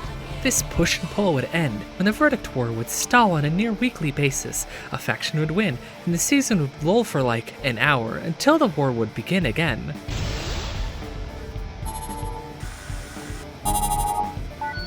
Doing normal sorties would, once again, lower the AP of the zone you were attacking, and would build to your special sortie points. The type of attacks you would engage in were random, and you could choose to fight either opposing team. Because each team would have specified territory, this would designate map selection, and who you would fight if there was anyone to play PvP against. These normal sorties, when you weren't facing other players, were really some of the most chill multiplayer experiences I've ever had playing games with other people. And I met people I still talk with to this day through the game. Every once in a while, when we'd get a PvP match, it would add spice to the engagement, and this flow of easy takeover missions, then facing other players, was an excellent flow of play. It's an experience I look back on fondly. As you would get wins in any of these encounters, you would get special sortie points. Once you had 6 of these, you could sortie on these unique missions. Now, this would critically damage territory and make it more vulnerable to takeover, but only if you found someone to defend it, which could happen while defenders were just searching for normal sorties. If there weren't foes to find, however, depending on the continental region, you could find a corresponding world boss. These were pretty frequent in the latter days, considering that the player base at the time was pretty sparse, but these fights are sick. I won't be showing most of them yet, as I'd like to present them in spoilers once again, but keep in mind that the community has brought these back as well, so these fights have been preserved in the RPCS3 version that the AC Discord uses, so if you want to fight them for yourself, you can. If you wanted to see how teams shaped up against each other, you could always look at the leaderboards. They showed off plenty of things, from a mercenary ranking, team performance, to player medal count. There's a special one, and it remains to this day, Master of Mercenaries. This displays the most recent 100 players to finish hardcore mode.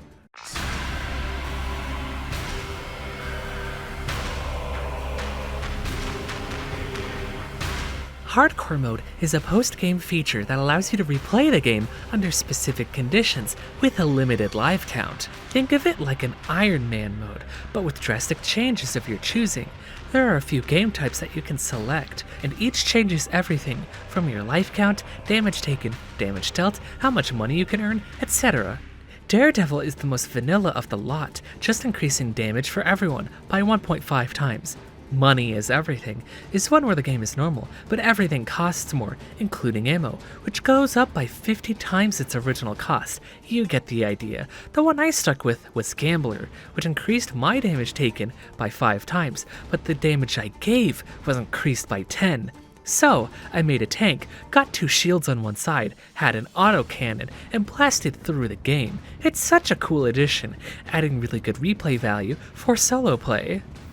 As each mode from 5 returns, we don't need to cover everything and repeat ourselves. The newer revamp of systems results in a simpler setup that makes getting matches easier. It's generally an improvement, But it's different.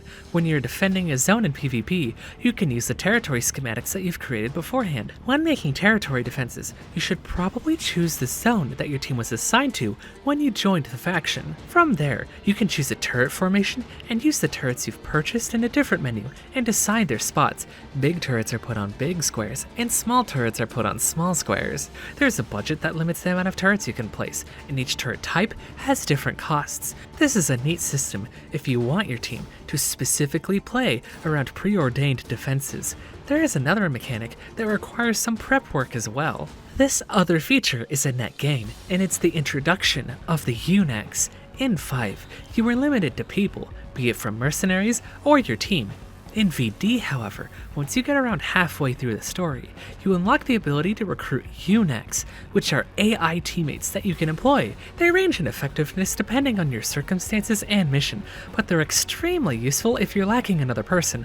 Online, you can recruit multiple of them, up to 4 in fact, just a full AI team to fight in multiplayer for you. You might be like, hey, isn't the max lobby size of 5th gen 4 people? And you would be right. However, there is a 5th player role per team, and it's the operator position.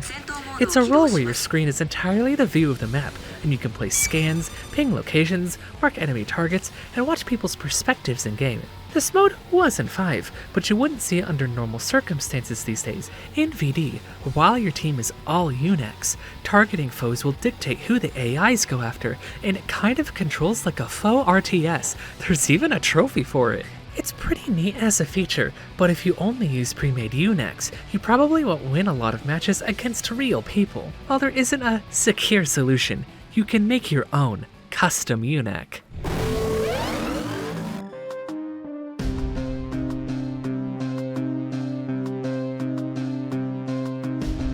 We're in the deep end, a spiritual evolution of the systems seen in Silent Line and Formula Front. This here is a web of complication, but let's back out and make the AC itself before we program it. When building your Eunuch, the parts in your own garage also apply here, so you might need 2 of the same weapon if you wish to use it on yourself and a Eunuch, depending on what role you have in mind and how you want to fight with it. These changes inform the making of your AI, and it's already a lot to think about. Okay, let's go back into the programming layer. Here, you can set actions and their parameters via chips you unlock throughout the title. With these chips, you can go into the arm sub-menu, for example, and use a rifle chip and adjust when and how the Eunuch will fire the rifle.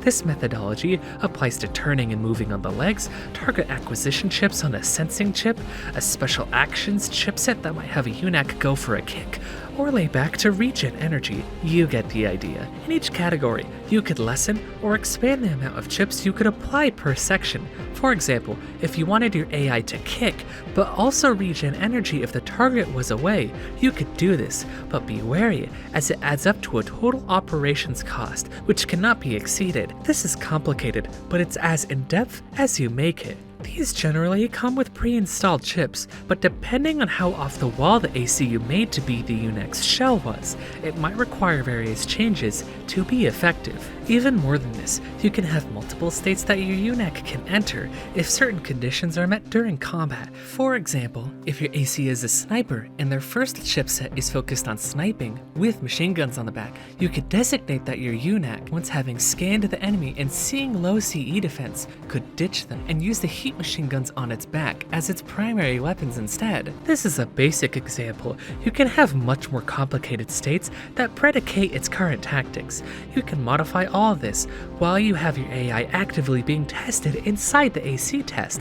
The game pauses, you modify, and it resumes with the new parameters. The system was made to be messed with by a person, learning on the fly, if you could believe it. The best results I got was a tank with a shield, Lenneth, with her AC, Big Neck. Her tactics were simple. Get close, attract the enemy's attention, and kick the shit out of them. She owns. This system works solo, so do you know what that means? The co-op function that the campaign has works entirely offline. It is preserved, and that alone justifies the Unix system and its complexities. In the online, you could bring your Unix with you, and if it was designed well, it could stand in as a decent player. So like, if you only have yourself and another person, you could bring your custom Unix and your friend's Unix to fill in all 4 slots. Teams could also have designated Unix, so if there was an AI expert on your team, they could carry you. This system made the online sorties so much more open to varying amounts of people, and is so vital to the freedom that Verdict Day provides. I love it, even if I'm super lost making a Unix sometimes.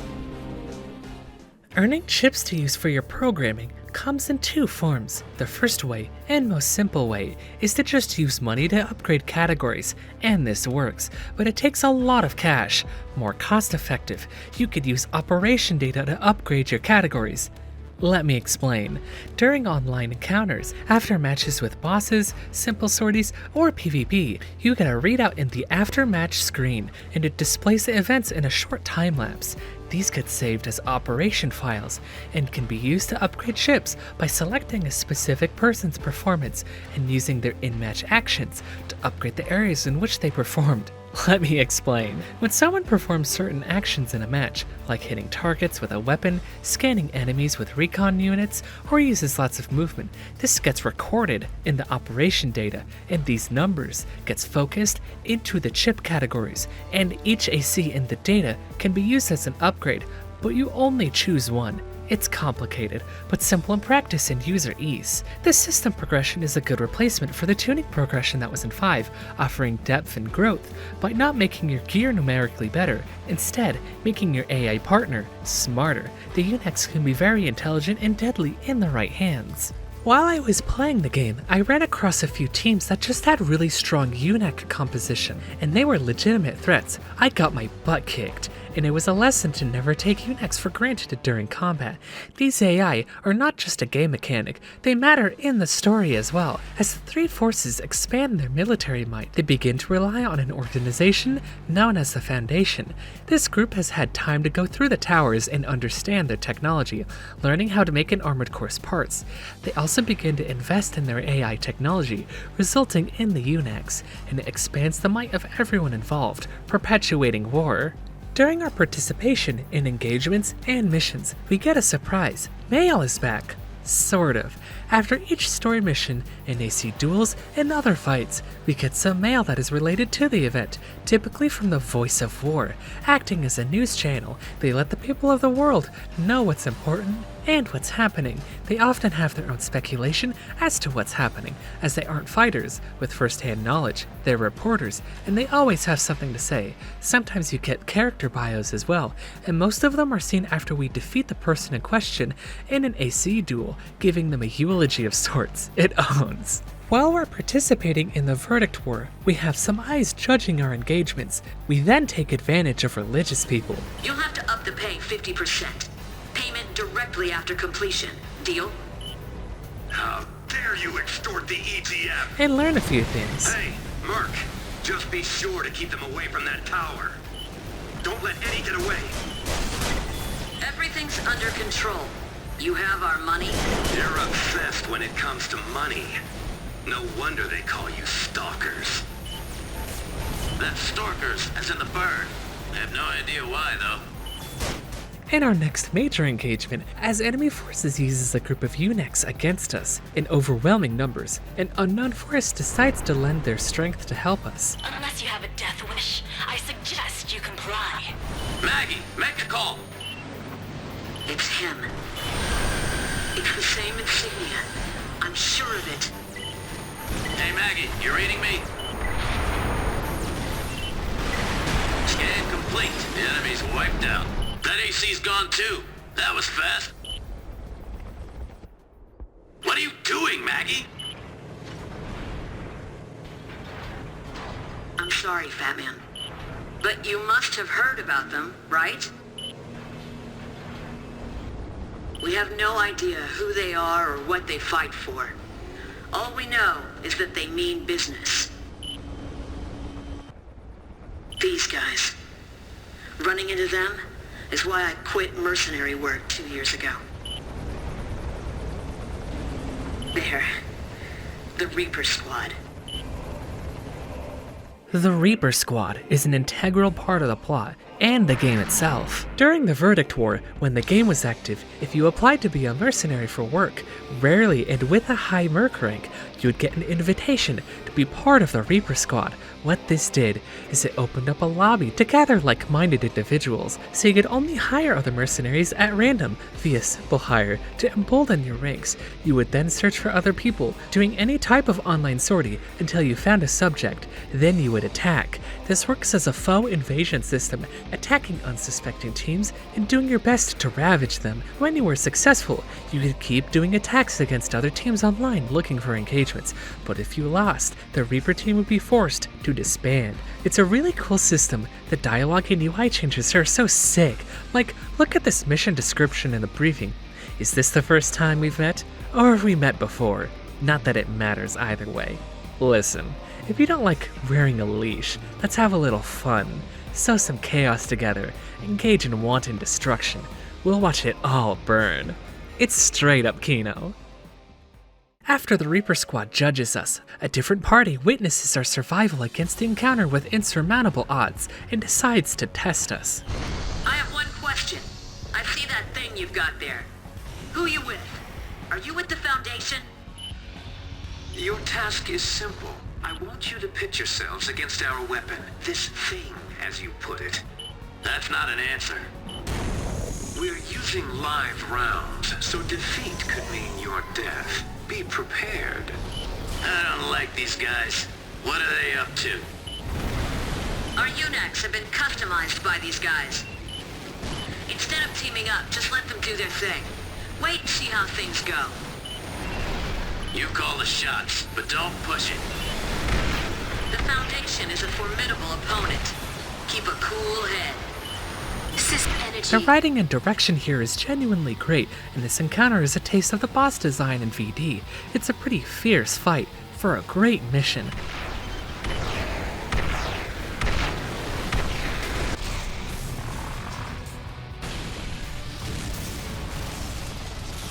You actually won. Who is that mercenary? Disappointed that a mere mercenary survived? Or are you worried about the money? Don't worry, you'll get your fee. I have the data I need. What sort of a test is this, anyway? You starting another war with those things? You ask too many questions. Fine. We're going then. Later. Do as you wish with the images you secretly took. They are not part of our contract. You've been snooping around a lot, I hear. Try not to tarnish your mercenary credentials, Blue Magnolia. Duly noted. The stage is set for the Verdict War to liven up, and the narrative is about to take a turn from this point on. So spoilers. Hey, For Answer fans, listen. If you're still here, thank you. I really appreciate you seeing a different perspective on 5th Gen that isn't just negative. However, if you have no idea how this game turns out, if you've only played up until 4th Gen, I sincerely implore you to play Verdict Day. Trust me, you'll find the game's narrative interesting, and things happen that will make you go insane. You need to see the consequences of the devastation you partook in come to fruition.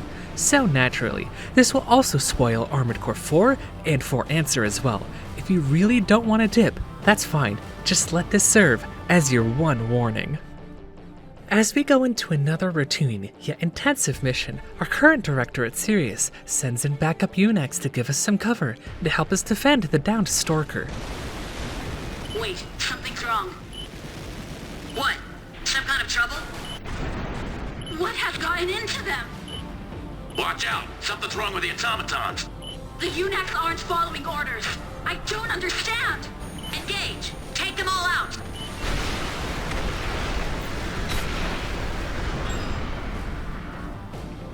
Enemy signature's gone. Not a soul left moving, including those UNACs. Explain yourselves. What the hell is going on? We're in the dark as well. The UNAC logic patterns should have been normal. You expect us to believe that? As the ACs under everyone's individual control suddenly go haywire, the three forces' attention suddenly turn to defend themselves, and we are thrown in to contend with a pack of rogue eunuchs when Maggie brings up a good point. What about the Foundation? They made the eunuchs, right? They haven't responded to any of our hails. They clearly have hostile intentions. The number of puppets ends up being pretty overwhelming, and after our merc compatriot gets toasted, we get some unexpected help. Maggie, company. I knew someone was out there, but the Reaper Squad? Why? What could they want? Well fought, mercenary. We've seen enough, D. End this. Affirmative. All units attack. Annihilate the enemy eunuchs. That mode. Here are more of the same. We're not out of the woods yet. Incoming, a third wave. Keep moving so you aren't surrounded. Stay sharp. Again. I hope our ammo holds out. No other units approaching. It looks like we've shut them down. What are you doing here? You said something about selection before. Tell us what you're trying to do. Have you given up your blue AC for good, Magnolia Curtis?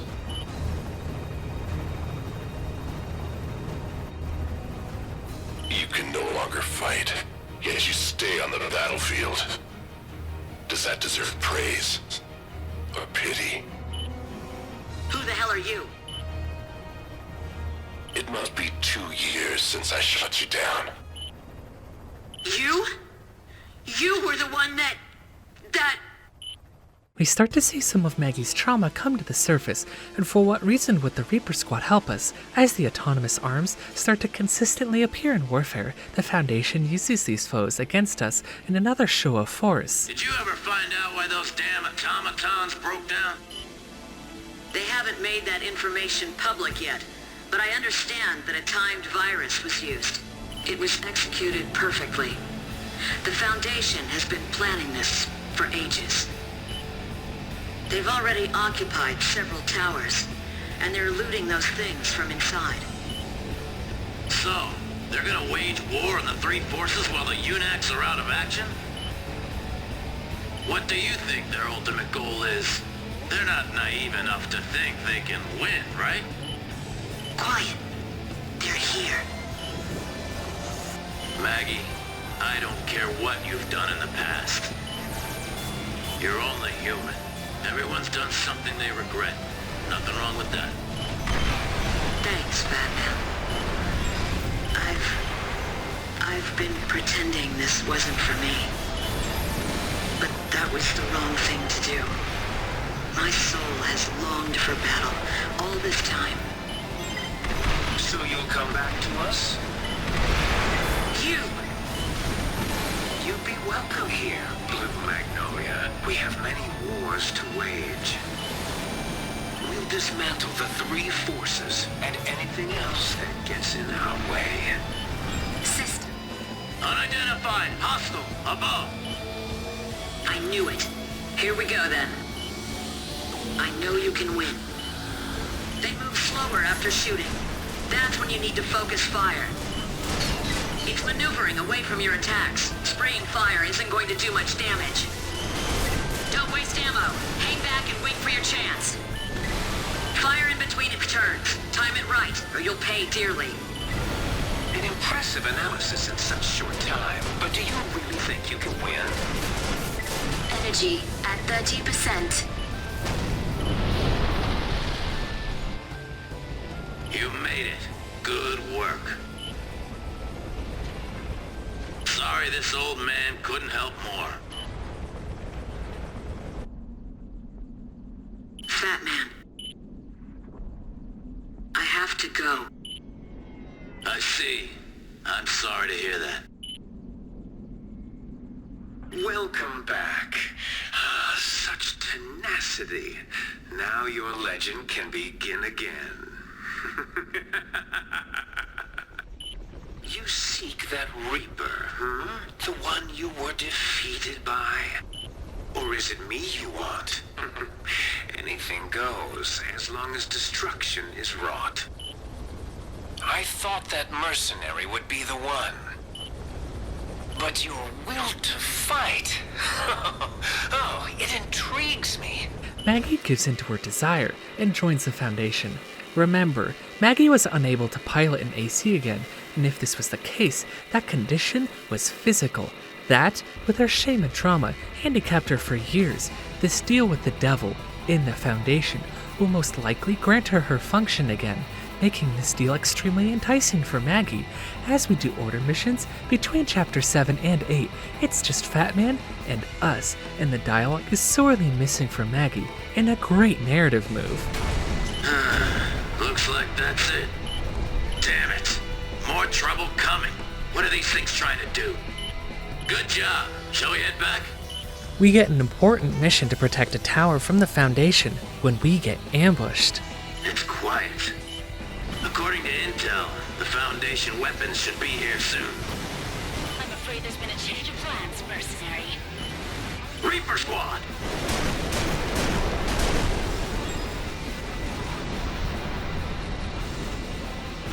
You pulled through somehow. Great stuff. And now K falls too, a truly worthy foe. I'll stop at nothing to defeat you. That is my calling. Units, and they've got backup. What's with these guys, and why are they going to all this trouble? Energy depleted. There's more coming. AC approaching fast. I don't think these guys are gonna let us get away. That's right, Fat Man. You're stuck with me a while longer. Maggie, it's you, isn't it? Yes, Fat Man. I've returned. Let's get started. System combat mode. Knock the rust off yet, Magnolia? I'm not at my best. I'm falling back. Maggie, are you sure this is what you want? Yes. This is what I have to do. Why? It's the only way I know how to live. It's been my destiny since the day I was defeated. This battle the Foundation set up, Reaper Squad, they all lead to one goal. To find someone with your ability. To find you and kill you.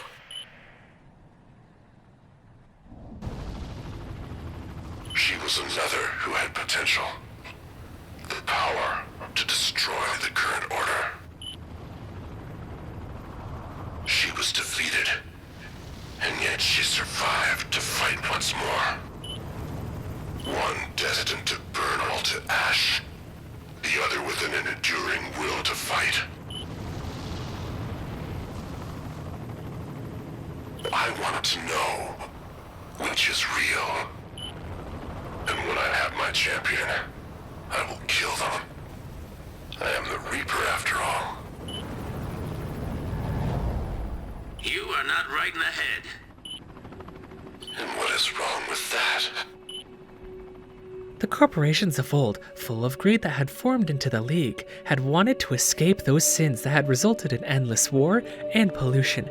Out of ideas and time, they created an artificial intelligence network to endlessly run simulations to find absolution. The AI did not and could not find a solution. So, with its strayed links opening a path for people years earlier, the League made a rash plan. They made giant arcs that would double as an escape and collection of all of their inventions, and they fled to the cosmos. While the Great Construction was in process, they would develop technology in an attempt to recreate the power of pilots of old. Designed, the people integrated with technology, and cultivators brainwashed replicas of legendary pilots, forming the Phantasma Being Project, Human Plus Reborn. Using their heightened technology, they would digitize consciousness itself from ideal subjects to secure their rule forever, but time forgot them, along with everything else, as the League would leave the planet as either a parting gift to those doomed on Earth, or as punishment for its failure, they sent down the AI network that could not find their answer. This time around, I'm in it till the very end. Maggie, what in the world has gotten into you? Let me tell you a story about a time long ago when the world faced destruction. God wanted to save mankind, and so he reached out to help. But there were some who did not accept God's offering. They intended to destroy the order that God sought to create for mankind. God was confused. Why did man not want to be saved? Some people just don't like being told what to do. Perhaps that is true. But God wanted to rescue mankind, so he decided to root out the dissidents and slay them.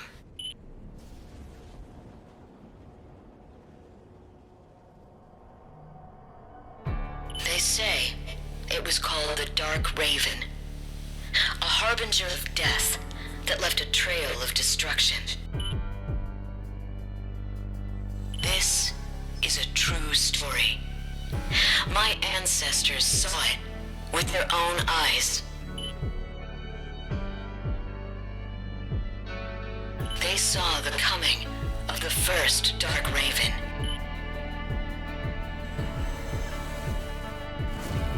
Maggie, is that what you want to become?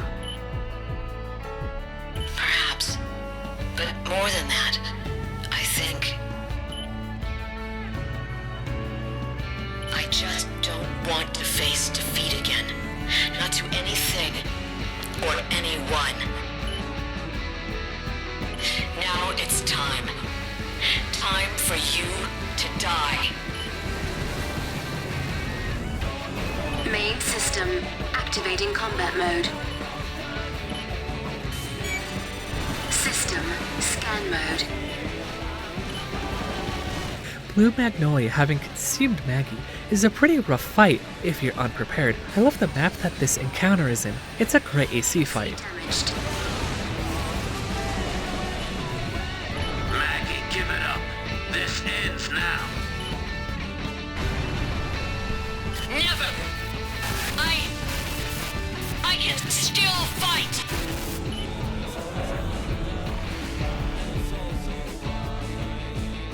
The battlefield is where my soul belongs!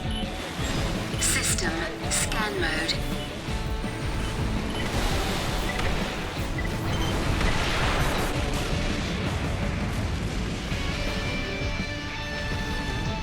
I knew it from the beginning.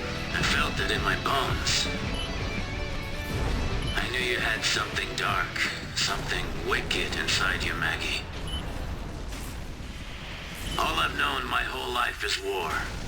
And this whole time, all I've done is watch others like you throw your lives away on the battlefield. That's why I wanted to save you, Maggie. But maybe I was just being selfish. That's why I wanted to save you, Maggie. But maybe I was a fool to think I could. You have got to live and die by your own rules, not for anybody else. That has always been our way, Maggie. Fat man, you've always been kind. I wasn't the one, but I'm glad it ended this way. Goodbye.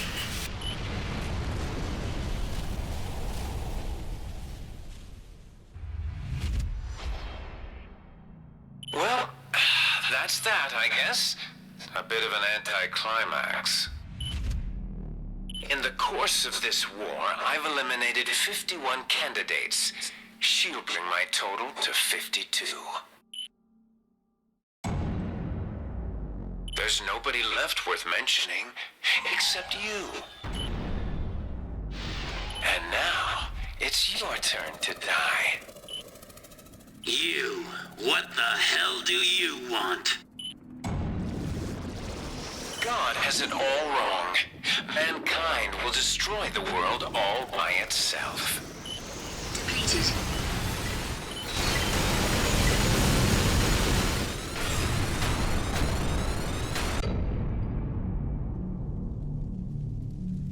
Amazing. This has exceeded my expectations. Perhaps you are curious of the UNAC's purpose. I sent them out to learn the potential of the human race and gather intel. I will challenge you and strike you down. The human race is beyond hope. I'll prove this to you. Aren't you human? What are you? Oh, I'm human. Or at least I was. A descendant of Fran, and carrying on the legacy of Rosary's emblem, only this time with that seed of freedom now in full bloom. Even as her emblem changes to that of a Reaper Squad template, she still carries on that spirit of free will. Magnolia Curtis is a person who bought into the truth of the Dark Raven, a legend from only 100 years ago. This religious phrasing and retelling is so emblematic of the state that VD's world is in. When people have nowhere else to go, they turn to religion for faith or the community that brings. The world of VD is rife with religious dogma, mainly in the EGF, instilling this mythology into this setting. The legend of the Dark Raven, a tale that should have been solidified as truth, is relegated to myth. The constant entropy of the setting, the constant conflict, it drags people down with it, doomed to repeat the past that they can never learn from. Maggie falling into this kind of doctrine is a showcase of how conflict-ridden the planet is. People fall into extreme viewpoints and ideologies when they don't have a sense of normalcy. Like Last Raven's Zenaida, in build and personality, she is a person born into a world of conflict, and as such, she measures her ability to her self-worth. Being morphed into Blue Magnolia, it consumes her body and identity, both figuratively and literally, as a modified phantasma being, thanks to the Foundation, letting her fulfill her desires once more. At the very least, however, she fought for herself. She eventually returned to the battlefield as Fat Man's partner, with all appearances of having overcome her fall from grace. However, she merely hid the traumatic scars of humiliation in her heart. A chance encounter with the Reaper Squad, and her witnessing the capability of Fat Man's new mercenary partner, compelled her to take up arms again in a bid to reclaim her pride and soul. A tragic character who lived by her own rules in a world where individual freedom is constrained by those in power. This fierce warrior answered only to herself, a true raven.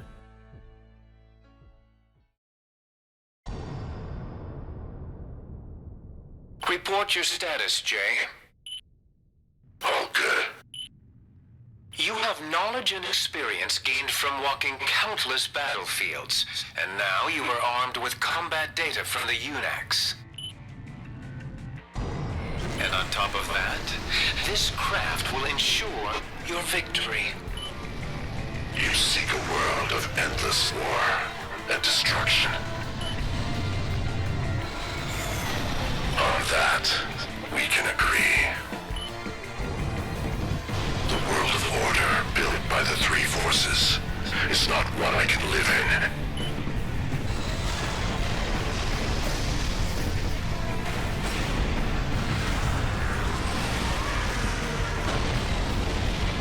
And so you abandoned mankind to destroy it?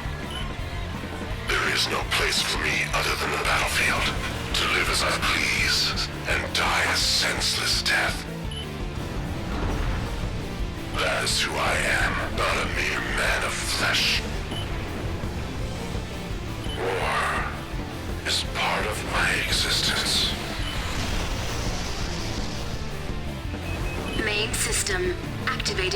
Combat mode.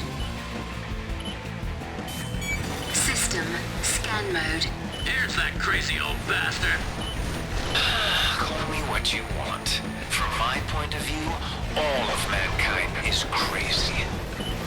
There are no exceptions. We go from a great boss in 5 to one of the best final bosses of all time in VD, with mechanized memories as our background track, engaging his primal armor and using it for a devastating area of effect attack. Jay constantly forces you to move, to play his game. After all, he is a modified Next with active PA. How could we ever hope to take initiative when we're at Gen 5 AC? Luckily for us, he leaves himself wide open after his assault armor attack.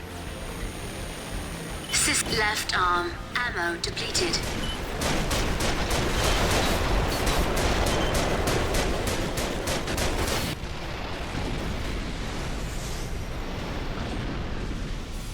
No, it can't be.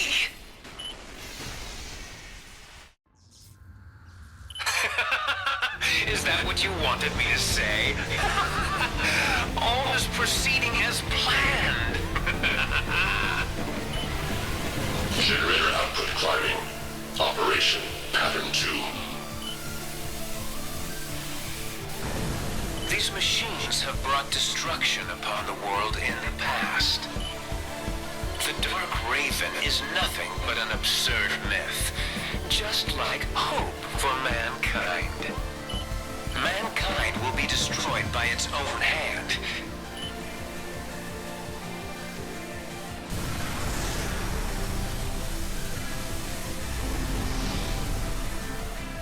Enough words.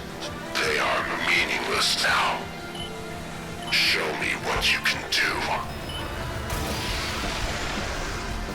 As his primal armor has been disabled, here, the area is covered in the fallout of Kojima, constantly damaging us. If you haven't learned how to play Gen 5, playing this fight will truly be a wake-up call, a fight you need to take seriously, almost no cheesing. In this second phase, he will constantly try to stay out of your range, and you need to take initiative, be aggressive, and constantly attack. An absolutely amazing fight with a passive and aggressive phase, a perfect verdict to Armored Core. Energy at 30%. Energy at 30%.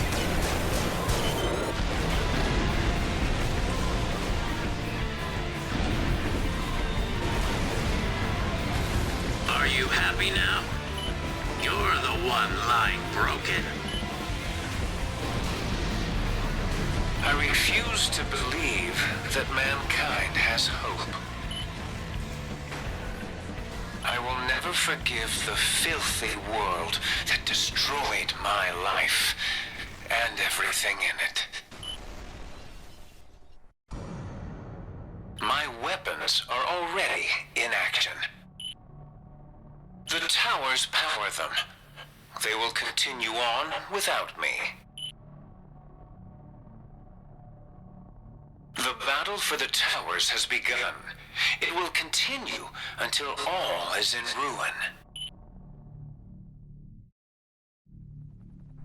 But if you think you are different, then carry on. You have that right and responsibility.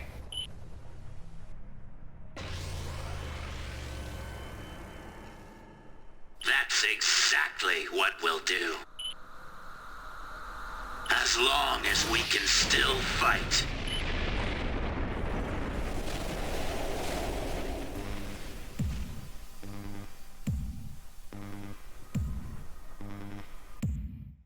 A haunted encounter, full of interesting mechanics, amazing spectacle, and since the past finally showing their face, Jay, a twisted phantom of Joshua O'Brien, used violence for his own sake to live as he pleased and die a senseless death. When I say a twisted phantom, I mean this literally. While both eras of White Glint and 4th Gen were ones who put their entire selves into others to protect or assist, Jay is an inversion of this, being an incredibly self-serving person, only living for himself. Even if war defines all three eras of the Glint family, they each have a different legacy, with the original Joshua in particular having a want to protect, only to be trapped in servitude. With Jay being twisted as a clone of the first, he's used for conflict just like him, but he doesn't care. He is made and altered to be war itself, to decimate this world he sees as wretched, seeing the world as an unchanging hellscape. Fat Man remains the antithesis to this, always striving for and believing in humanity's capacity to change. He's probably my favorite character in Armored Core, always bringing success to those whom he was a stalker to. He saved so many lives. He had a rule for this, in fact, that the partner survives, no matter the situation. He remains the straight man throughout the entire title, constantly questioning the insanity of the world he was in, but still choosing to live in it. Him mentioning that Jay was not right in the head, calling the Foundation man a crazy old bastard, giving Blue Magnolia so many chances. It shows his grounded and human side, an empathetic soul. He gives so much life to this desolate world that it makes it worth fighting for, considering the fact that Armored Core never shows the people behind their designated rules. One of the series' strengths is the consistent humanity it shows through its casts, and Fat Man is the strongest example of this. He was 62 years old. We need more cool old people in video games. The Reaper Squad's intrinsic purpose of preventing another event like AC5 is such a cool motivation for a villain faction, and the way they are talked about in the news headlines, one might assume that it's a large faction, but it's 4 people, the minimum amount for an AC team, being the best of the best, eliminating threats to the current order, or lack thereof. They let targets live long enough to confirm them as a threat, then reap their lives. The Foundation acting as a hypertext solidification of sustaining everlasting war is an extension of the conflict of corporations past, even if he doesn't realize it. Re-engineering lost age technology for the sake of expanding conflict and manipulating people to engage with its systems and making them even more warlike is so monstrous. For how widespread the conflict is in Verdict Day, its continuation from 5, in terms of being a character-focused story, is ultimately the right call. It makes the narrative feel very personal and rewarding to experience. Its cast is so cool, from the Foundation Man and the Reaper Squad, to the handlers and Fat Man and Maggie. It works so well. VD has an underrated story. I find it to be pretty engrossing. After Mission 10, we get some info via a few news broadcasts, concluding some tiny threads and expanding other ones. The Foundation ceases all activity, but their weapons from the towers are active, and the existence of the structures will invite more war, as the 3 forces will fight for what's left of them. With the primary Reaper Squad gone as well, the Foundation's mission was achieved, and the Verdict Wars continued. It's just the 3 forces and the tower weapons left to fight. We get some info on the Voice of War, and it's implied that it was run by the Foundation, using the same moniker that defied the Reaper Squad leader as the VOW's chief editor. They're super ambiguous about who writes any of these pieces, down to their identity.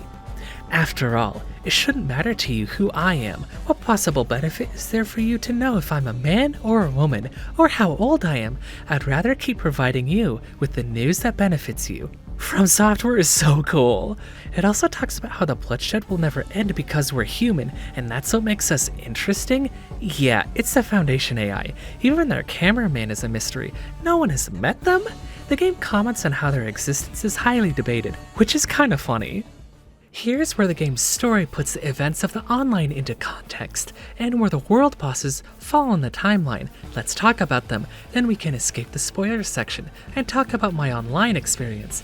There are 7 world boss encounters this time around, and while not all of them are unique with their own model, each is a unique challenge that is fun to tackle. First, we will look at the more routine bosses that are tough multi-enemy encounters. These are the Scavengers, the Lotuses, and the Ateo 605 class. The Scavengers are enemies that have been seen in 5, although here they were tools for the Foundation. There are 5 here, and it's a mix of 1 Scavenger, 2 Predators, and 2 Hunters. Each has their own strengths and weaknesses, and considering they tend to attack in groups, it can be tough to deal with. The most effective strategy I found was to be a high defense biped with high capacity rifles and a chemical option, like heat machine guns or 3-burst battle rifles. There is a cheese strat, where one person goes on the top of the building in the back to distract all the Scavengers, and it can be useful.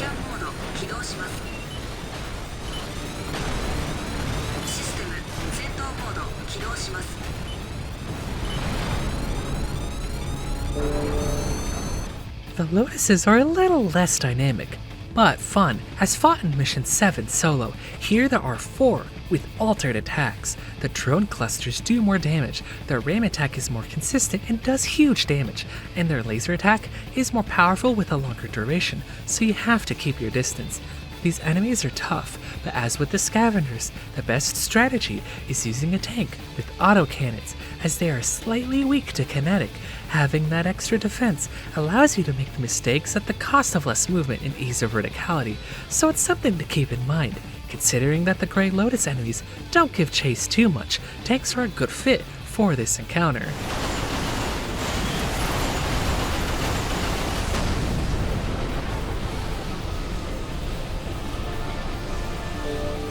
The TO-605 units are bosses that we haven't discussed much before this, and the enemies are pretty tough. The frontal units have this charging spin attack that does severe damage to most ACs, but only if they're on your horizontal plane.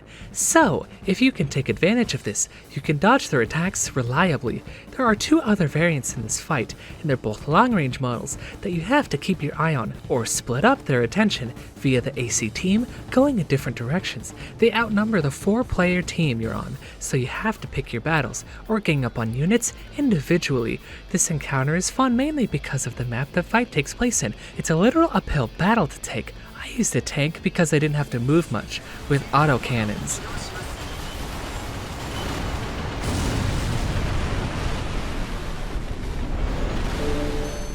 Okay, we've covered the gank fights, the rest are solo bosses, or a secret third thing. We'll cover the redo fight before going into the 3 coolest encounters. Exousia from 5's finale is back, rediscovered from the towers in a mass-produced form, and this is the only shared enemy between both 5 and Verdict Day in terms of world bosses. Here, the map is different, and that's the main difference. Well, other than its massively increased AP and defense stats, it's still fun, although as you can tell from my success footage, I used a tank with autocannons.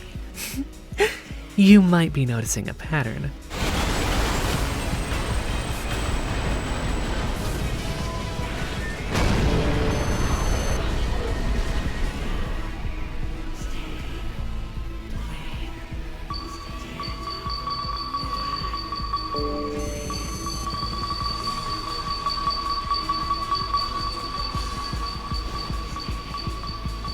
These next 3 are very cool and unique fights, but also the toughest. We'll tackle the Lady in Vortex. Liv. Well, I'll just show how bad it can go.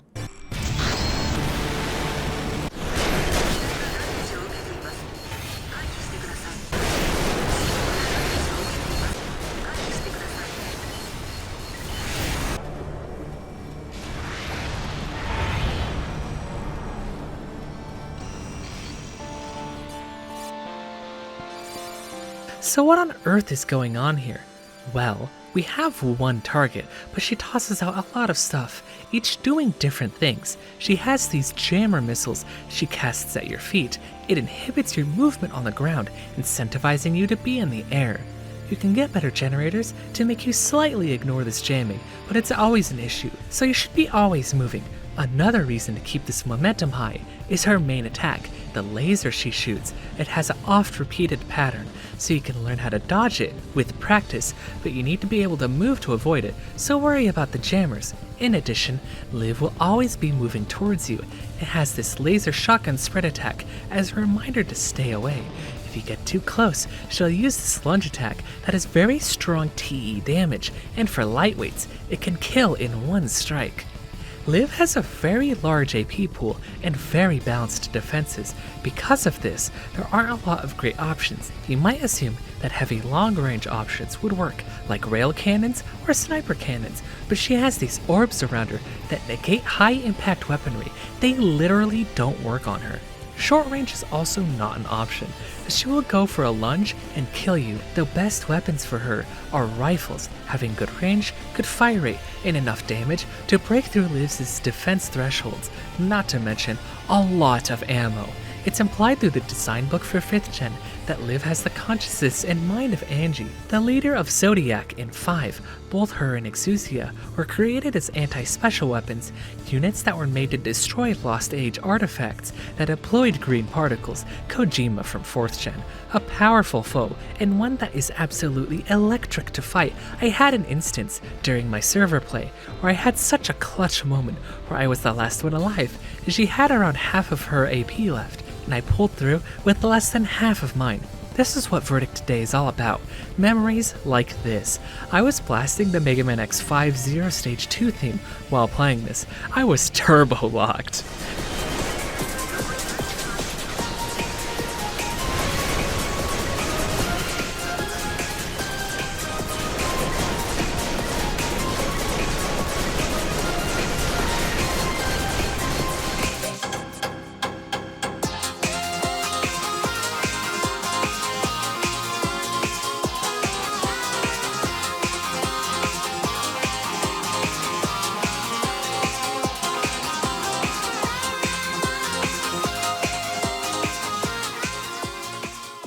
There is another way to pull off this win, and it requires a solo effort. It's a grind blade blitz, whereas a tank, you can survive a melee strike, where if you're standing in the right spot and have the grind blade charged, you can kill her in one strike.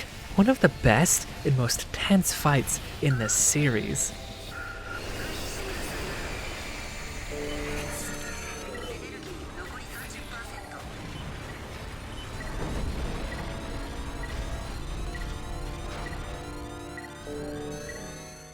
Next up, Jay. As Jay was, an evil next from 4th gen. Here, an autonomous unit has a completely different kit. For starters, he decides to not leave his spikified Vanguard overboost unit, and he uses its speed for bombing runs.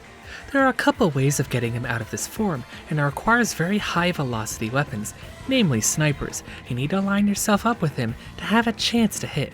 Usually the best way is to tank a couple hits by being a tank, and using sniper cannons to strike him out of it. It usually takes a couple volleys to get successful hits. It's extremely difficult.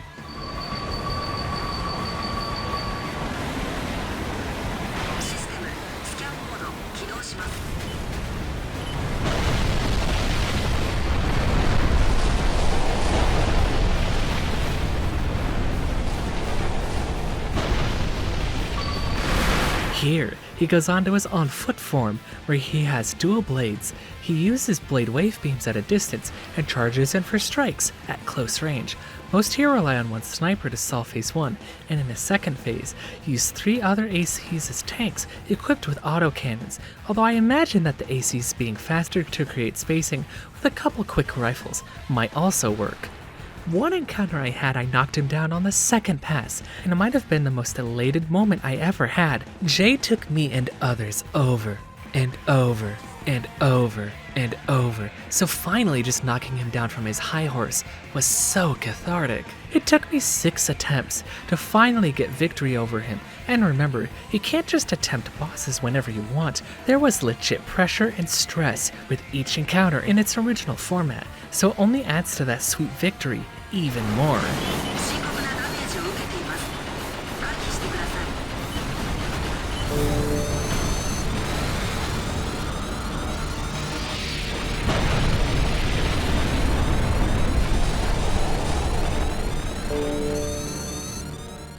The final world boss is an odd one, but one of the best moments in the entire title.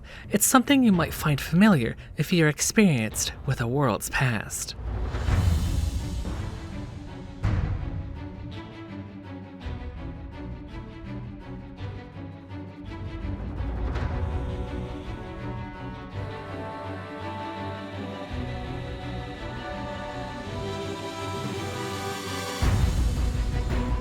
Yeah, for some reason, certain maniacs are recreating the spirit of Mother Will, although it's still in production here, so take it out before it becomes a problem. This approaching phase is much tougher to dodge, considering there are multiple shots, and your allies are also going in. It becomes much more complex because of this, not to mention, scaling the beast is also intense. There aren't a lot of areas to climb, so it can get really sketchy. Once you're on the Spirit class moving fortress, collaborate and gather with your team teammates and eliminate each wing at a time. Usually the very top is the safest spot if you need a place of vantage. This is arguably one of the most dynamic boss fights in VD, and it's such a spectacular encounter. Finally doing this legit was such a triumph. It only happened on my 4th endgame encounter. I had a lot of trouble with this one, but it's a blast to cooperate with others while playing. Having good general purpose weapons, like rifles and BRs, with high ammo is important here. Having CWIS in your shoulder slot to protect you from missiles is almost essential. A shield can also help your approach specifically if you need that defense. A complex fight. It's one of the coolest in the entire series, and is more interesting than the encounter in FA due to its placement as a post-game boss with its added mechanics. It's crazy how far the Foundation was willing to go to reclaim the power of a lost age, using the towers with their lost technology to force a victory, when even then that wasn't good enough.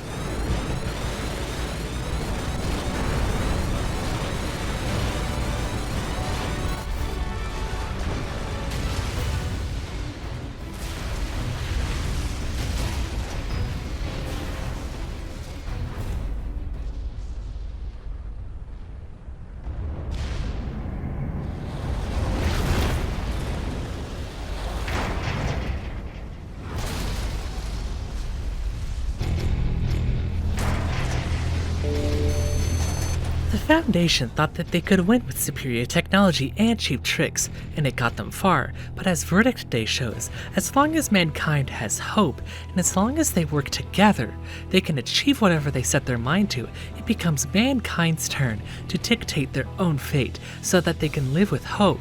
Individuals might cling to old stories and religion, but as we in the Dark Raven prove, we can free ourselves from oppression if we work with others, if we work together. VD, for how dire its world state is and how conflict-ridden the planet is, has an odd sense of hope pulsating throughout its every vein. This is carried by Fat Man, by us, in our in-game actions, and the presentation.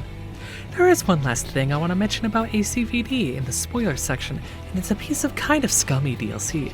There are a lot of things you could buy for VD, from part unlocks to extra workshops, but there was this music pack containing extra songs for each campaign mission and the faction's main menu themes.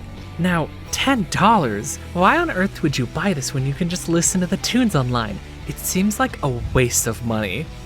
So naturally, I bought the DLC. Not every track is a winner, but most are great. The song with the Blue Magnolia fight that I showcased earlier is included in this pack, and it's how you hear it outside of the internet. There is one key song I want to display that has VD's soul blaring loud and proud.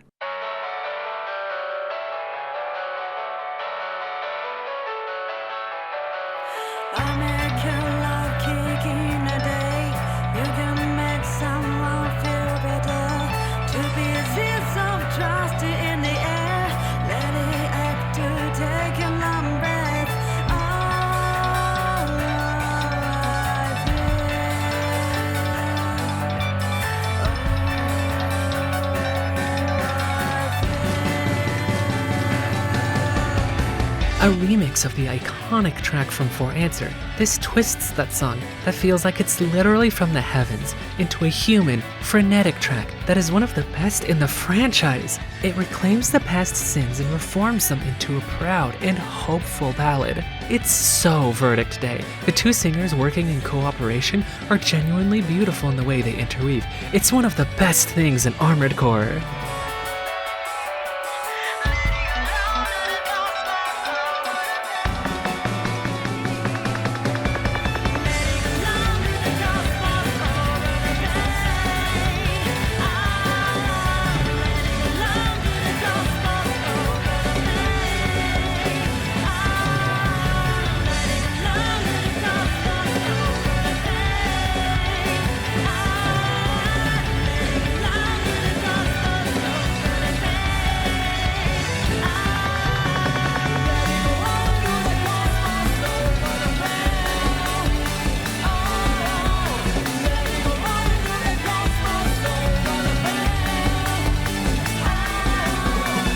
The Foundation man, Isaac, after losing, even gives us the chance to prove ourselves, putting the onus of responsibility on us to change the world for good, considering the fact that Verdict Day was the last game in the series before the fires burned once more. I think it's safe to assume that only good things are to come for the planet. This is especially the case now that the war is over. As the Verdict War came to a close in early 2024, when the peace finally broke, I want to discuss the events of people, of factions, and of general happenings there as the war ended. I have my own experience with the game, of course, but considering the number of mercenaries was rather small, I'd like to talk about what happened in the final 2 weeks. As I joined the war very briefly in 2022, I came back in the final 2 months to check out and mainly get footage of the battlefield. As I slowly started to learn how the game was played, I began to actually interface with the online itself, but by this point, it was already March, and the deadline was in 1 month. So here we go, half of my time already gone. I basically spent my entire March on the battlefield, gathering different kinds of engagements, fighting all of the bosses multiple times, and trying my hands at proper team fights. There were all kinds of teams I came across, from a team that just used AI to make a laser rifle barrage that was tough as nails to crack. There were a lot of other mercenaries just rolling out with their eunuchs and chilling out on the empty wastelands, and another team that were really into women, especially if that woman was with another woman.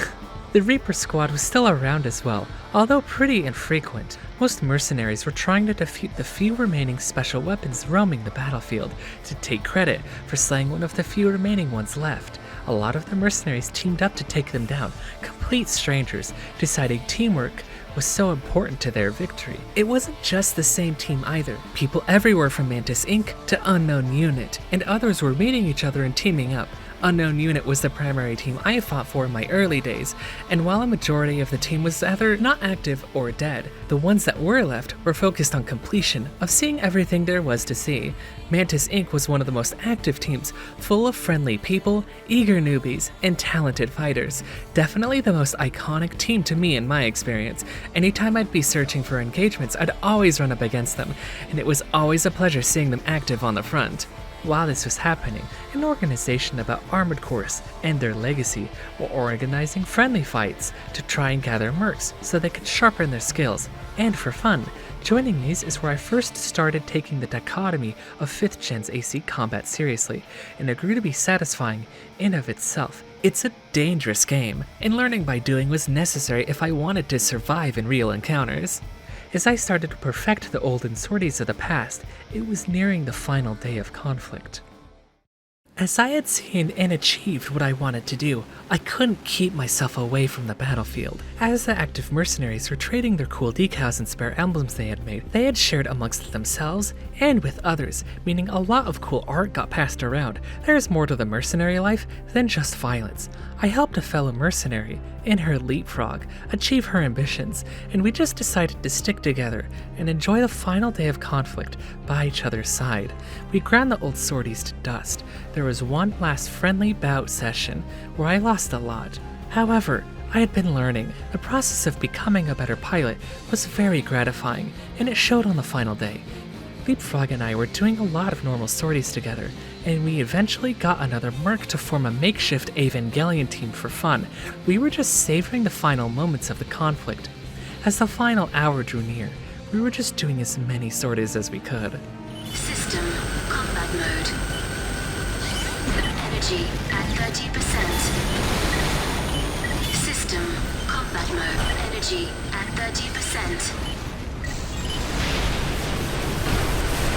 Time remaining 60 seconds.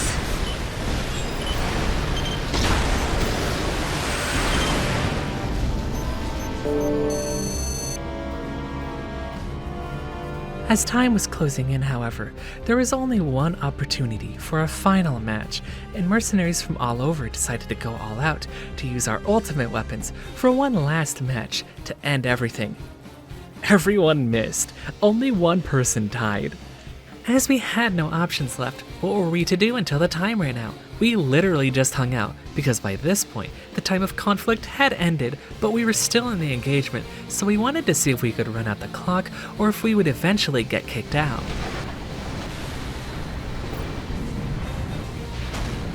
Whoa, they disappeared! As one by one, pilots would get their ACs shut down.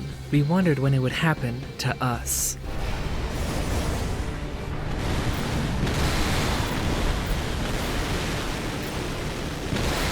System. Scanning time remaining.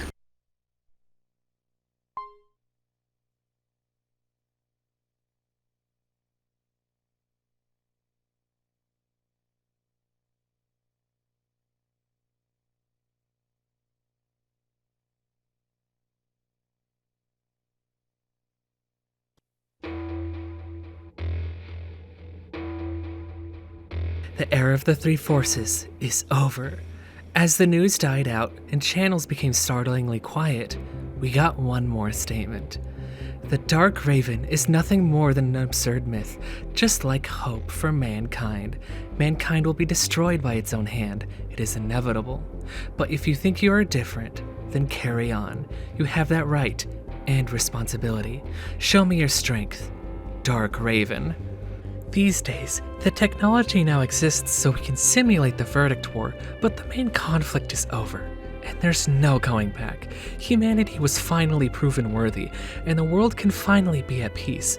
The endless war has finally ended. The tower's finally empty of threat. We have the data necessary to relive the extravagant world bosses and AC versus AC combat, but the conquest of the three forces is gone. It's over. What I wouldn't give to go back. Armored Core Verdict Day defines its legacy as one of the best games from software ever made, and it deserves to be remembered as such, now that the main course can no longer be enjoyed. It still calls for me, but I guess it's healthier this way. It didn't have a lot of players left, being abandoned on 7th gen consoles without a port to modern hardware, which damaged the game's reputation among those already disinterested. The PS3 is old hardware. It was never financially feasible to keep a complex game like that alive by this point. Still, as the best multiplayer game from software ever put out, it puts all of their modern work to shame, with its good and easy to use online infrastructure, incredible gameplay systems, and amazing content. As most who had visited this era of Armored Core had seen these two games as boring and slow, it's a very strange phenomenon to see these complex and interesting titles relegated as nothing more than a tombstone. Armored Core lives on, through its sheer passion of its community, to the legacy that the games have left behind, and of course, Fires of Rubicon. Armored Core thrives today. 5 and Verdict Day are the last hurrah of this particular team, before they were split away and into the rest of FromSoft, and the common conversation should be a celebration of what they were. I want to stress, Verdict Day is still somewhat playable, and the modding community is stronger than ever via PCVD, and matches happen constantly there, making alternate packages for PS3 to reinstate the patch data and make the game run better, changing the UI to be more simple, and other nice things have been added as well. While all this stuff is cool, nothing will ever replace the original to me. The community, the systems, the energy, it's something I can never get back. Even still, that battlefield, it's where my soul belonged.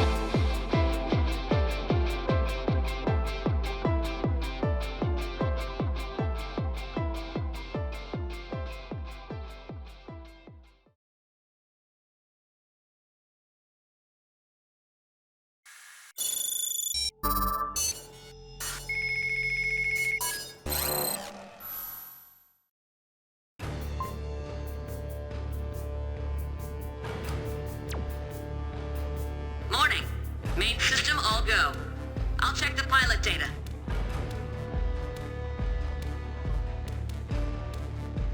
Main system, normal mode activated. Resuming mission operations. This is what you were born to do.